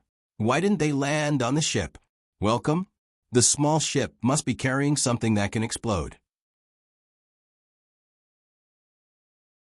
It's either the military's explosives or the gunpowder from the fireworks store. Fortunately, the Zhang family and Wang family reacted quickly. Otherwise, Xiao Bei might have been killed by the explosion. There are other children too. Damn it, who did it? Who wants their lives? It must be someone who was instigated by the monster in the lake. Don't let me catch him. Otherwise, I'll kill him. The scholar was shocked. He turned his head and saw that it was a person dressed like a butcher. Only then did he understand why the other party was so ruthless. The other people on the ferry also felt that it made sense. After carefully thinking about what happened earlier, they felt that it was indeed so. The other party had already shouted and told them not to approach, but they still moved forward. Then, when the other party fired 2 warning shots, they moved even faster. That's too bad. They are all bad people. They want to blow up people in the name of welcoming. If the ship's reaction was too slow, wouldn't it have been blown up? A young man of 14 or 15 years old said angrily. Another person said, "How can the ship's reaction be too slow? That's the most powerful team in Tang. Some rascals also want to mess with them. Humph, they don't know how powerful the Zhang family and Wang family are. Now that they have interfered, the people who are supposed to welcome them first don't dare to do so." For a moment, the people on the ferry started cursing one after another. It was the same for the people in other places. There were always smart people who could see what had just happened. Therefore, the people on the river and on the pier started cursing. At the pier, there were 4 people with gloomy expressions. They looked at each other and spread out to squeeze through the crowd. However, when they reached a place where there were fewer people, only 2 people appeared. The 2 of them looked at each other, turned around, and ran, squeezing into the cluster of houses next to them. After running for less than 15 minutes, 6 people appeared at the place where they had just come from. One of them observed for a moment, shook his head, and said, "We didn't keep an eye on them. They escaped. Let's go back and continue the interrogation." The people didn't know what they were doing, and Xiao Bei didn't know either. In the time before they took action, other than the pieces of wood that had been blown up, there were also corpses on the water. Some of the corpses were in pieces, while others were in one piece. They floated along with the river as it flowed downstream. Xiao Bei's face sank as she looked through her binoculars. When she saw the corpses, she didn't look uncomfortable at all. She had experienced a lot of things and had seen all kinds of people die. She only felt sad, but she didn't feel disgusted or anything. After looking at the corpses, Xiao Bei curled her lips and said, "A bunch of fools." The person who sent them must have told them to ignite the gunpowder when they were close enough. Then they would jump into the water to escape. They really believed it. With the power of the explosion, how deep can you dive? Let's not talk about them. If I had jumped at that time on the boat, I would have either been killed by the shockwave or fainted and drowned. They've really pissed me off. I haven't even made a move yet. Just you wait, just you wait. None of you can escape. I'll capture all of you. Then those who deserve to be beheaded will be beheaded, and those who deserve to be skinned will be skinned. Xiao Bei, can you not make it sound so bloody? Stop the boat. This is great. The other party really has guts. Thankfully, our family is powerful and reacted quickly. We were prepared in advance. We were also lucky. A boat came over and didn't explode. I'm already waiting to save them. Xiao Yuan was also looking through her binoculars. She was also shocked. She was in the Great Tang, but someone dared to attack them. And in such a way. It was no wonder that her brother and sister had sent so many people to Jiangzhou. They really had foresight. If they had used the same protective measures as before, even if they didn't get injured, they would still be scared out of their wits. Xiao Bei looked elsewhere and said, I'm bloody? No matter how bloody I am, I can't compare to them. I really want to talk to them about benevolence, righteousness, and morality, but I don't think they'll listen. What do you think? Even if you're right and we'll skin them after they're caught, I still feel that you shouldn't have said that. A girl should be like an elder sister. Xiao Yuan was just about to say a few more words when she sensed that Xiao Bei had turned his head. She hurriedly followed his words. After being suddenly attacked, the fleet stopped and remained on the surface of the river. The surroundings were heavily guarded, and the people woven from willow branches were sent to the dock. However, Xiao Bei no longer felt as oppressive as when he had first arrived. On the contrary, he felt very oppressed. He should have been the one to strike first, but in the end, someone else had taken the initiative. While Xiao Bei was uncomfortable, there was another person who was even more uncomfortable. That was 3 people in a single room in a restaurant in Xuanyang City. 2 of the 3 were sitting at a table, next to the window, while the other was facing the window. Several dishes were laid out on the table, as well as a bottle of white wine that weighed 2 jin. But the 3 had no intention of touching their chopsticks. Their eyes were fixed on the street below, as if they were searching for something, but also as if they were casually looking at the pedestrians. After a while, one of the 3 shouted, "Waiter, the dishes aren't ready yet?" Replying to a esteemed guest, "We'll probably have to wait a little longer." The dishes take a long time to prepare. The waiter poked his head out and then retracted his head. The person who had just asked the question was clearly very anxious. He whispered to the other 2, "The plan this time doesn't require us to get rid of all of those evil creatures from the Zhang family and Wang family. We only need to blow up a few of their large ships and let them see our strength, so that they can continue to provide us with support." The other person picked up his chopsticks, looked at the dishes on the plate, then put them down again. Based on the faint sounds of activity coming from that side, there shouldn't be any problems. 24 ships equipped with dismantled fireworks and the medicine inside. As long as we stick to one of their ships, a single explosion will blow a hole in it. I know that although the outside of those ships is made of iron, the inside is still made of wood.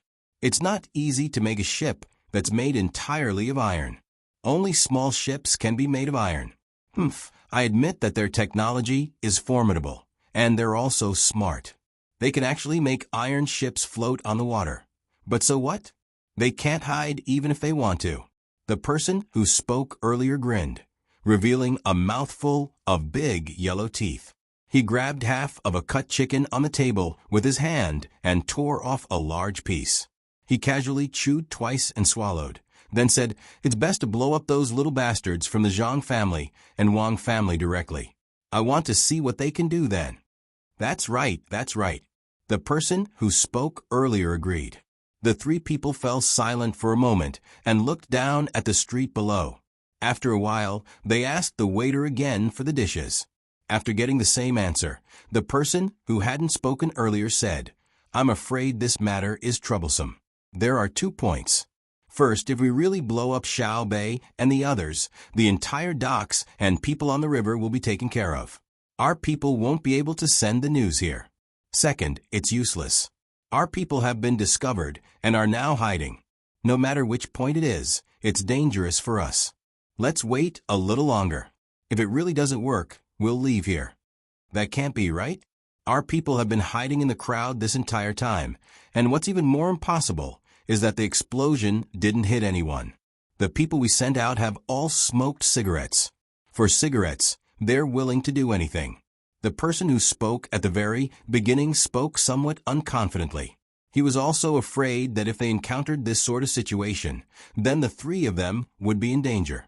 Just as the three of them were talking, a disturbance suddenly appeared in the crowd below. The three of them focused their gazes, but before they could ask, the waiter had already poked his head over and said, "The three of you, Xianyang City has already been placed under martial law. We just received news that the number of soldiers at the gate to Xianyang City has increased tenfold. Everyone who enters will be searched, and there are also soldiers going door to door asking questions. In addition, the entire city is open to entry and not exit. Would the three of you like to eat somewhere else? I reckon that the dishes won't be served." The waiter's words made the three of them stare blankly. They looked at each other and realized that their clothes were instantly drenched in sweat. How could that be? For the sake of an explosion, they actually dared to offend the entire world? The person who spoke at the very beginning exclaimed in shock. This was Xianyang, not some ordinary small city. Didn't the Zhang family and Wang family say that they were always concerned about the common people? If they really did as they were told, just how great of an effect would the local area receive? Moreover, this had always been a struggle in the shadows. To be more precise, the intelligence agents of the Zhang family and Wang family had never openly appeared to arrest anyone. After saying this person revealed a delighted expression. Could it really be that Xiao Bei and the others were all killed by the explosion?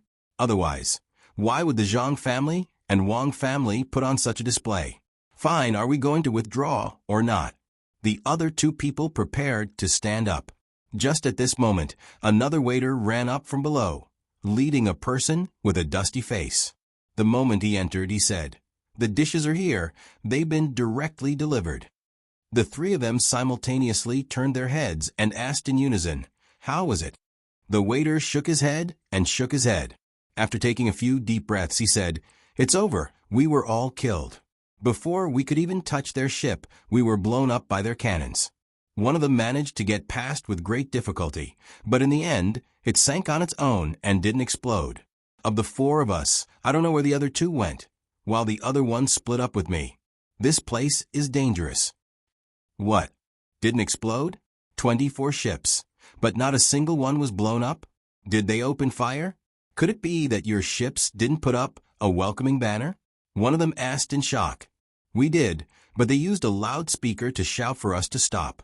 We didn't stop, so they attacked. They didn't give us the slightest chance. They all died. The people on the 24 ships should all be dead. The four of us split up and left. When we arrived at the rendezvous point, only two of us were there. The other two were probably captured by them, so we're already in danger. The person who came back said in a trembling voice, how could this be? They were actually that smart? They even dared to attack the people welcoming them. Weren't they afraid? It's already happened. What's the use of saying this? Let's go. Their people might come here soon. The restaurant has been exposed. Tell the people in the restaurant to retreat together. Quickly. Those who can't escape should end their own lives. Don't drag us down. The person facing the window stood up and said, and immediately walked down. He turned around and said to the waiter, "Quickly retreat to all the hidden places we have. Tell the people there to retreat too, otherwise it's easy to be caught. Send out the secret signal." The other two people followed and walked down. The waiter said, "We know. Take care." Soon, the entire restaurant shopkeeper, waiter, and cook were all gone. The people eating didn't know about this situation until someone called the waiter a few times, but no one answered. When they came out to check, they found that the entire restaurant was almost empty.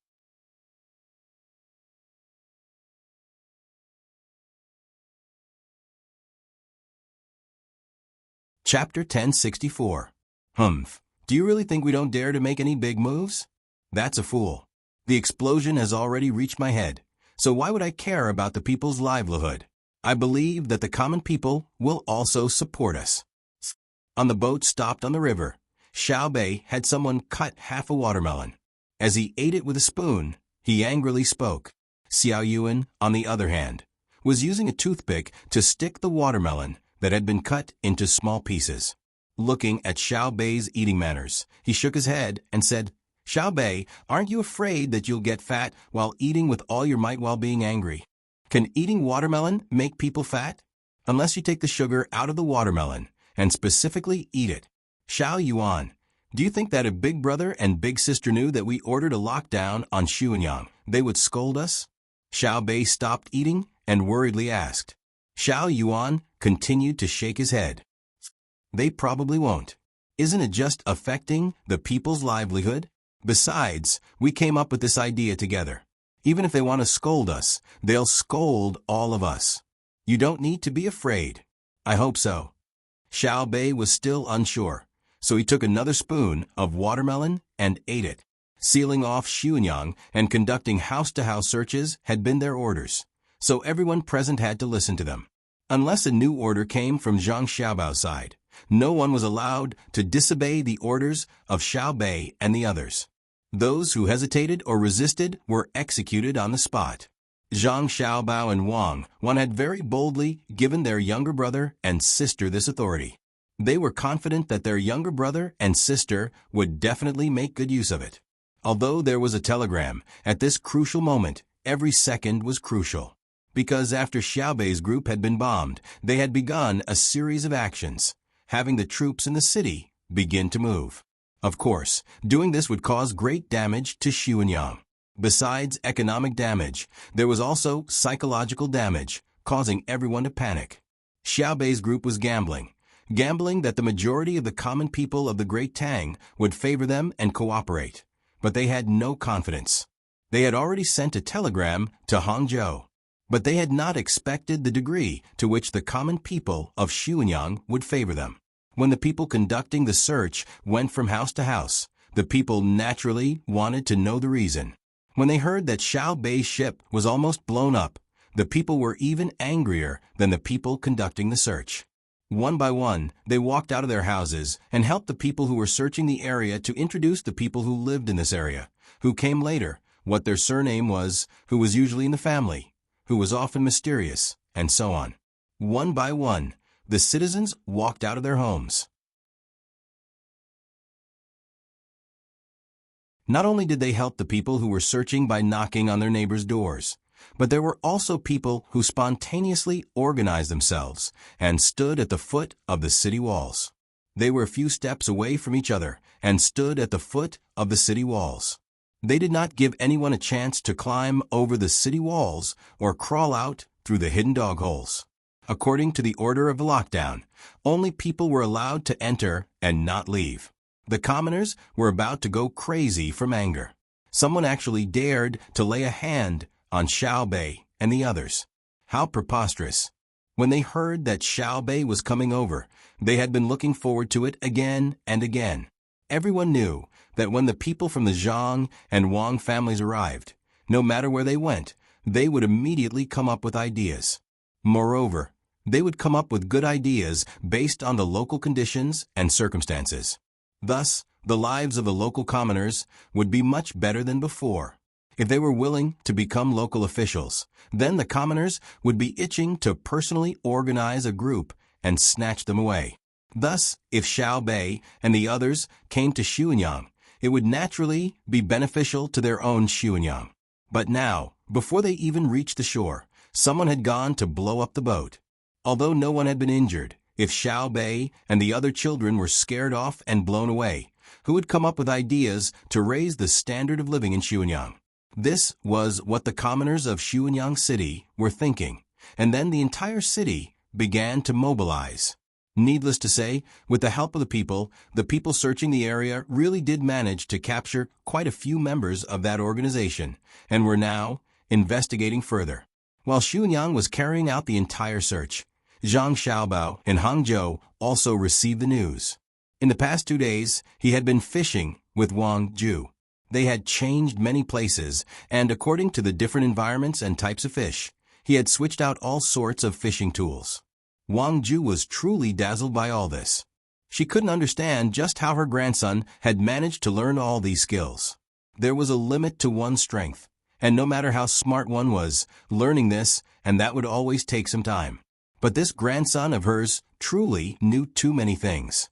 If it was just her grandson alone, perhaps there would be someone who could think of a way to contend against him.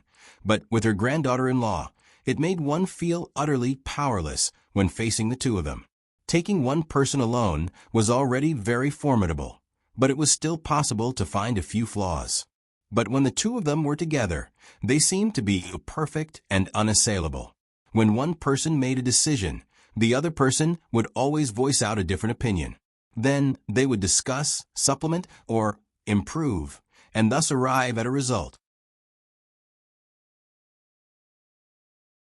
No one was an absolute leader. Depending on the situation, the two of them would constantly switch positions. This was the truly formidable aspect. For this reason, Wang Ju would always beat around the bush, wanting to ask just what else her grandson knew. But just as she was about to ask, a telegram arrived. Wang Wan had personally ridden a horse to deliver it, her face a mask of indifference. Seeing Wang Wan like this, Zhang Xiaobao knew that something had happened. Throwing away his fishing rod, he asked, "What happened to Xiaobei and the others?" Xiaobei? Wang Ju was puzzled. How did Xiaobao know that it was about Xiaobei and the others? Just as she was puzzled, Wang Wan said, "They were blown up. Did you catch them?" Zhang Xiaobao asked again. Wang Ju was even more puzzled. "Why didn't you, Xiaobao, ask your little brother or sister if they were injured?" "We're catching them. Xiaobei and the others have sealed off Xuanyang City and are searching from house to house," Wang Wan said as she handed over the telegram. Wang Ju now understood. She didn't even need to speak. Just an expression, a glance, or even a feeling was enough to know what she wanted to say. No wonder Xiaobao directly asked Xiaobei and then didn't ask about their injuries. They had their own way of communicating. Hearing the two's question and answer, Wang Ju's heart, which had just been raised, calmed down. She also threw down her fishing rod and went to Zhang Xiaobao's side to read the contents of the telegram. As soon as she finished reading, without waiting for Zhang Xiaobao and Wang Wan to speak, Wang Ju began to shout, "They're too daring, actually daring to blow up my grandson and granddaughter's boat. If this was Hangzhou, I would catch them and skin them alive. Xiaobao, look at the news they sent. They were even worried that you wouldn't let them seal off Xuanyang. You can't talk about them." Zhang Xiaobao saw that Wang Ju was protecting his little brother and sister and laughed. "Why not talk about them? So petty. You're worried about just sealing off Xuanyang? Come, pass down my order. Seal off all of Jiangzhou. If you report one person in the Jiangnan West Road, you can get money. If you report more than 5 people, you can get money. If someone from another country reports someone from another country, they can get money of tens of millions of strings. They can also choose 5 technologies from the Great Tang. The informant will not be held responsible. As long as he or she is not the mastermind, he or she will be exempt from punishment." Someone to the side received the order and left. Zhang Xiaobao continued, "Send a report to Xiaobei and the others. Tell them to kill at least 100 people. Anyone who participated in this operation but didn't take the initiative to confess, anyone who didn't report, will be killed." Hearing this, Wang Ju finally understood what Xiaobao meant. He was blaming Xiaobei and the others for being too cautious. Wang Wan now said to Zhang Xiaobao, "It seems that we need to change our education. We've already been bullied to the point of being bullied. Yet Xiaobei and the others still consider this and that. Our Zhang family and Wang family usually protect the common people, but at the crucial moment, we ourselves are being threatened. What are we worried about? When we need to be strong, we need to be strong. There's no need to explain anything to others, and there's no need to explain anything to others. At worst, we can compensate them after the matter is over. There's no rush. If we teach them wrongly and they start doing things with great fanfare in the future, it'll be troublesome. They're still children, so we can't treat them like adults. Interesting, truly interesting. The other side knows how to strike first and explode. Haha. I've decided. Once we catch them, we'll tie fireworks to their bodies one by one and then let them have a taste of what it's like to be blown up. We won't blow them up one by one, Zhang Xiaobao flatly said. Even though Wang Ju hadn't been in contact with his grandson for too long, he could still feel the anger in Xiaobao's heart. He then said, Xiaobao, we should blow them up. I suggest that the firecrackers shouldn't be too powerful. Just use small whips and blow them up bit by bit for a few days and nights. Even if they're injured, we can treat them before we blow them up again. What do you think? Grandfather, I'm just joking. Why should we blow them up? If there are too many people, I'll catch them and make them build the railway. It's best if other countries are involved. Then I'll have a reason to ask Cuckoo to send troops to catch more people to build the railway. Isn't that right, Cuckoo? Zhang Xiaobao smiled and said. He really didn't want to kill more people. If he killed them, then so be it. But who would do the dangerous work? The current safety technology wasn't in place. If the railway was built at a high speed without any regard for anything else, it would be almost fatal. All right, catch them to build the railway. When the time comes, you should lead troops to catch Cuckoo. Wang Ju nodded in agreement. He had never taken a train before, but he had heard that it was very fast from the capital to Luoyang. Although the current speed wasn't as fast as the 800 kilometers per hour emergency report, the technology could be improved. The breed of horses was just that. It was too difficult to improve it. In the future, it would definitely be much faster than the 800 kilometers per hour emergency report. And most importantly, the emergency report could only take one or a few people at a time. The train could transport many things. A carriage could carry many people and a lot of goods. It was far from comparable to a horse. Wang Wan had a different idea. She said to the two of them, Grandfather, Xiaobao, I won't directly catch people. If there's really a need for war, I'll directly attack their country's capital. I'll surround them outside and not attack in. I'll force their emperor or king to sign a contract. That's how much labor they send to our Tang Empire every year. Like slaves, they don't care if they live or die. They don't get any wages, and they don't have food or drink. I'll make them lose the hearts of the people. I'll make them use force to suppress their people to work. I'll make their people feel helpless and indignant. I'll make their leaders know that it's wrong, but they have no choice but to do so. I'm even willing to help them maintain their imperial power and provide them with weapons to suppress their people. I think this is a good idea. Zhang Xiaobao agreed and continued, I can also help. As long as they have money and are willing to come to the Tang Empire, as long as they buy enough things in the Tang Empire, I'll give them the right to do so. But I don't want their money. I only want minerals, food, and wood. Livestock and poultry are also fine. Even if they are officials, I will also help them and bring their families over, as long as they do what I ask. They dared to scheme against my brother and sister. I'll make their entire nation sink. It wasn't easy for me, Zhang Xiaobao, to finally have a younger brother and sister. They still want to deal with them. Humph, do they think I'm made of mud?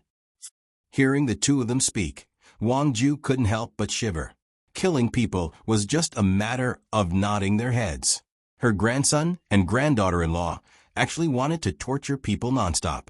They wanted their rulers to take the initiative to force their people to do work that had a high mortality rate. What was the difference between that and forcing parents to cook their children? Eat their children? Their desire for revenge was too strong. Weren't Xiao Bei and the others fine? It was said that Xiao Bao and Cuckoo were very good to their younger brother and sister. Today, she saw it with her own eyes. Xiao Bao, Cuckoo, since Xiao Bei and the others are in trouble, aren't you going to go over? Wang Ju saw that her grandson and granddaughter-in-law had no intention of leaving and asked. Zhang Xiaobao shook his head. We can't go over.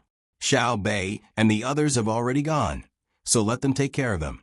Children need to be raised bit by bit. My request for them is very simple. As long as they don't deliberately harm the common people and don't do something when they know it might harm the common people, then I won't care about them. The harm I'm talking about is direct physical harm, not economic harm. Economic harm doesn't matter. If any commoner suffers a loss, I'll help compensate. For every copper coin they lose, I'll compensate them 2 copper coins. In other words, if they steal food from the common people's fields, I'll condone it and compensate them. But I won't allow them to ride their horses on the streets. That will hurt people. Of course, I'm just giving an example. Usually, cuckoo, and I never teach them to do that. You can tell from their usual behavior what kind of education they received. Zhang Xiaobao explained to Wang Ju. In fact, there was something he didn't say. Jiangzhou was dangerous, but Hangzhou was not necessarily safe. If he were the other party, he would include Hangzhou. Therefore, he and Cuckoo had to guard Hangzhou. But he couldn't say it out loud. If he did, wouldn't he be saying that his grandfather, Wang Ju, was incompetent? Wang Ju didn't know what Xiao Bao was thinking. After hearing her grandson's words, she nodded and said, "Indeed, Xiao Bei and the others may do something wrong. But if you say that they deliberately do bad things, then you're definitely falsely accusing them. They have always wanted all the Tang people to live a good life. So, you and Cuckoo will stay here?" "No, Cuckoo, and I will leave at night. We'll take a boat and go against the current to the north. We'll act like we're heading toward the capital," Zhang Xiaobao replied.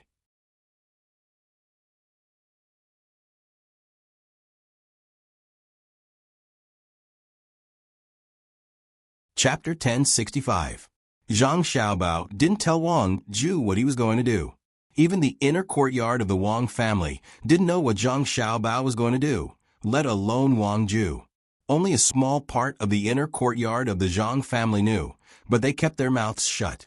Similarly, before they arrived in Hangzhou, the inner courtyard of the Zhang family didn't know what Wang Wan was going to do. They were originally a family, but now they had formed their own system. The next morning, Zhang Xiaobao and Wang Wan packed up a little, boarded a big boat at the dock, and headed north. Half a day later, a shop about 300 meters to the east of the same street as the Wang family in Hangzhou was bought. It was on the other side of a road, and the Wang family was diagonally across the street. The shop originally sold braised food, including chicken and pig. There was no braised beef. The business wasn't good, but it wasn't bad either. Braised food was very simple. It was salt. Braised food was usually boiled in salt water. Later, Zhang Xiaobao specially made a few simple seasonings to make braised food. Most of the braised food shops bought the ingredients themselves and used them according to the recipe. Seasonings were also very expensive. Ordinary people wouldn't buy them all the time. After all, meat could be eaten in any way. There was no need to use seasonings to make braised food. That was why braised food shops were able to stock up. If seasonings were 50% cheaper, half of the braised food shops in Tang would have closed down. The main dish of the braised food shop was braised chicken and pig. Once a person ordered it, it would be cut into slices. It wasn't too salty, and it was just right for people with light appetites. People with light appetites would dip it in soy sauce, and people with sour appetites would dip it in aged vinegar. As for white vinegar and vinegar blended with iced vinegar, ordinary people couldn't afford it. The shop also sold rice wine and white wine. With the increase in grain production, there were no restrictions on making wine or raising pigs. Pigs didn't have to eat a lot of grain. There were people who often came to ask for a small plate of braised food and could drink 2 bowls of rice wine. When they came the next day, they found that the owner of the shop had changed. The original 3 people had become a couple who looked to be in their 30s. The male host smiled whenever he saw someone. The female host maintained herself well and didn't look like someone who did heavy work all day. If it weren't for the 10 or so pockmarks on her face, she would definitely be a beauty. Unfortunately, she was guarding the counter with an abacus, pencil, and paper on it. She should be the female bookkeeper. When the people who came and saw that the shopkeeper had changed, they were first surprised and then felt uncomfortable. There was an extra sense of closeness and belonging to the people they knew. Now that the shopkeeper had changed, they didn't feel as comfortable as before. The person hesitated for a moment, but still decided to try a meal. He walked in and was about to look for his usual seat when he suddenly found that the layout of the store had changed. There were originally 6 tables, but now there were 4 tables. There were even 2 tables with long stools placed horizontally on both sides. In front of the 4 stools were 2 or 4 tables, which were much narrower and much longer than the tables. The tables were originally 5 feet wide, but now they were 2 feet wide. Connected together, they were very long, even as long as the stools. There were even lines drawn on the tables. It gave people the feeling that the person who was eating was sitting on the stools with a grid in front of him. It seemed that it wasn't very comfortable to eat in that position. The person who came in didn't plan to sit. Instead, he went to the big table and sat there. He turned his head and looked at the man in the store. This man was also a troublemaker. Without waiting for the customer to speak, he immediately walked over and asked with a smile, "What do you want? What do you have? Do you have the previous ones?" The person asked back. When the man who worked as a waiter in the store heard this, he showed a look of understanding and smiled even more brightly. "You are a regular customer, right?" "Yes, we have the previous ones. When we took over the store, that big brother said that we can't take away the previous ones. Some people like this kind of food. How can I just take it away, casually?" As soon as the words came out, the person was satisfied. His status was unknowingly raised. Listen, regular customer. The new owner also knew that he was a regular customer. A plate of pig head meat, a bowl of rice wine, and a plate of salt beans. The person said happily, "Not yet, wait a moment." The man was still smiling like he shouldn't. He nodded and turned back. The female owner standing behind the counter had already served the tea. The tea was brewed, which was popular in Tang now. Usually, no one drank the brewed tea. Not to mention that it was time-consuming. The taste was also not as good as the brewed tea. Of course, if one really wanted to set up a tea ceremony, it would also take a lot of time. However, if this was not a place that specialized in drinking tea, no one would set up a tea ceremony for you. The tea was very strong, but the tea leaves were not good tea leaves. When poured from a pot into the cup, there was still foam. However, the customer didn't care. If the tea was really good, he might feel that the taste was not strong enough. What he drank was bitter and astringent, like the taste of the tea leaves foam. Just as he blew on the tea and drank a mouthful, the male waiter and owner came back with a tray. This was very professional. Who in ordinary small stores would use a tray to serve food? Well, there is a tray. I also enjoy the feeling of eating in a restaurant.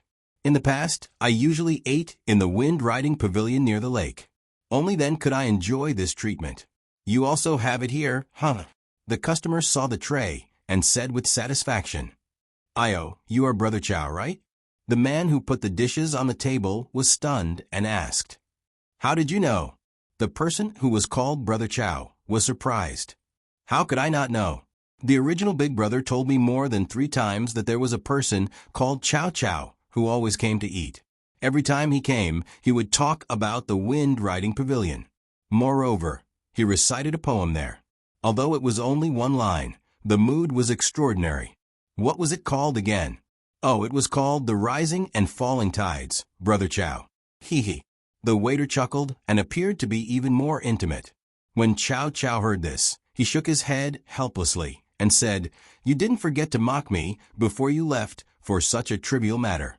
"All right, Brother Chow it is." Is there something wrong with your dishes?" "I only asked for a plate of pig head meat, a plate of salt beans, and a bowl of yellow wine. You served 2 more dishes. Is this plate of dried tofu? And this plate of quinoa?" Yes, it's dried tofu and quinoa. Well, many people call it kimchi now. The 2 of us saw that there was still meat in the brine, so we put the dried tofu in and cooked it for a while. Then we took it out and cut it for you to try. Brother Chow, you are an old customer. It is normal to add 2 more dishes. I didn't know Brother Chow was coming. Wait a moment, I will go back. The waiter nodded and explained. Then he turned around and went back to the back. When Chow Chow was happy, he came back again with 2 more plates in his hands. He put them on the table one by one and said, "This is chicken wing tip, just right for the wine. This is pigskin salad. Although it is just skin, it is more fragrant than meat. Others who come in can't even order this dish." "Io, how can I accept this?" Chow Chow showed an embarrassed expression. "Brother Chow, there is no need to be so polite with me. Although this is the first time we met, we still have a long way to go. You are an old customer, and you are used to the taste of the old dishes. You are already giving me face by coming in. Try it, and if you think it is still good, come often in the future. I will earn back the money," the waiter said with sincerity in his eyes. "Okay, I appreciate your kindness today. You are an honest person. What is your surname?" Chow Chow felt very comfortable in his heart. The waiter's words warmed his heart, and he was also an honest person. "My surname is Zhang, and my name is Sure. In the past, the people in the village called me Sure. The one standing at the counter is the one in the house. Originally, there were 2 children at home, but they were not around. It was more convenient to send their mother to school. If they really came over, it would not be easy to take care of them. Try it. The restaurant has just been taken over." The waiter smiled and said a lot of things about himself. Even before Chow Chow asked, he also said it. Chow Chow found that the waiter was really honest. He just needed to report his household registration. Hearing the waiter, he picked up a piece of pig head meat, dipped it in the soy sauce on the plate next to him, and put in his mouth to chew. After chewing twice, his eyes widened and he stopped eating. Then he quickly ate 2 more mouthfuls. At the same time, his chopsticks kept working. In the blink of an eye, 5 pieces of pig head meat were in his stomach. He suddenly turned his head and said in surprise, "Sure, you opened a small restaurant with this kind of skill? It's a waste of talent, a waste of talent.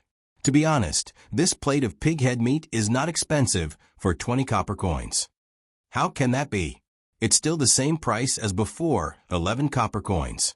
"Brother Chow, don't flatter me. Don't I know my own ability?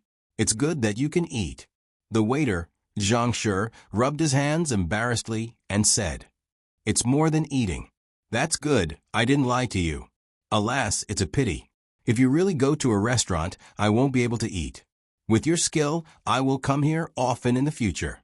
I will also tell others to come and eat." Chow Chow said as he went to taste other dishes. Every time he tasted something, he was surprised. "Brother Chow, you eat," the waiter said, turned around and went to the counter. He stood there without saying anything. In the end, Chow Chow drank 5 bowls of rice wine and paid the bill. He stood at the door and praised for a while before leaving. After he left, the waiter sighed. Seeing that it was still early, he guessed that no one would come in for a while. He went to the counter, pulled a stool, and sat down. He said to the hostess, "Wife, how was it? Your husband's skill is good, right? Did you hear that? People say that the pig head meat is usually worth 11 copper coins, but your husband's dish is worth 20 copper coins." The hostess pursed her lips into a smile and said, "He might be able to endure it. My husband is still the best." He made a plate of pig's head meat and sold it for 20 copper coins. In the future, when Li Longji eats it, we will ask him for that amount. This is a little difficult. 20 copper coins is considered a high price. Li Longji is a poor ghost. Not to mention 20 copper coins. He can't even afford 2 copper coins. Just bear with it and treat it as helping the poor. Did you see my makeup? The waiter raised his head and looked at the hostess. The hostess rolled her eyes and said, "You don't believe in my skill? Go and prepare all the dishes. It'll be noon soon, and it'll be time for people to serve. Don't be too busy. Every copper coin counts. Remember to mark the dishes that don't look good so that I can reduce the cost." People just praised you and said that you're an honest person. You can't lie and ruin your reputation. Yes, I will do it right away.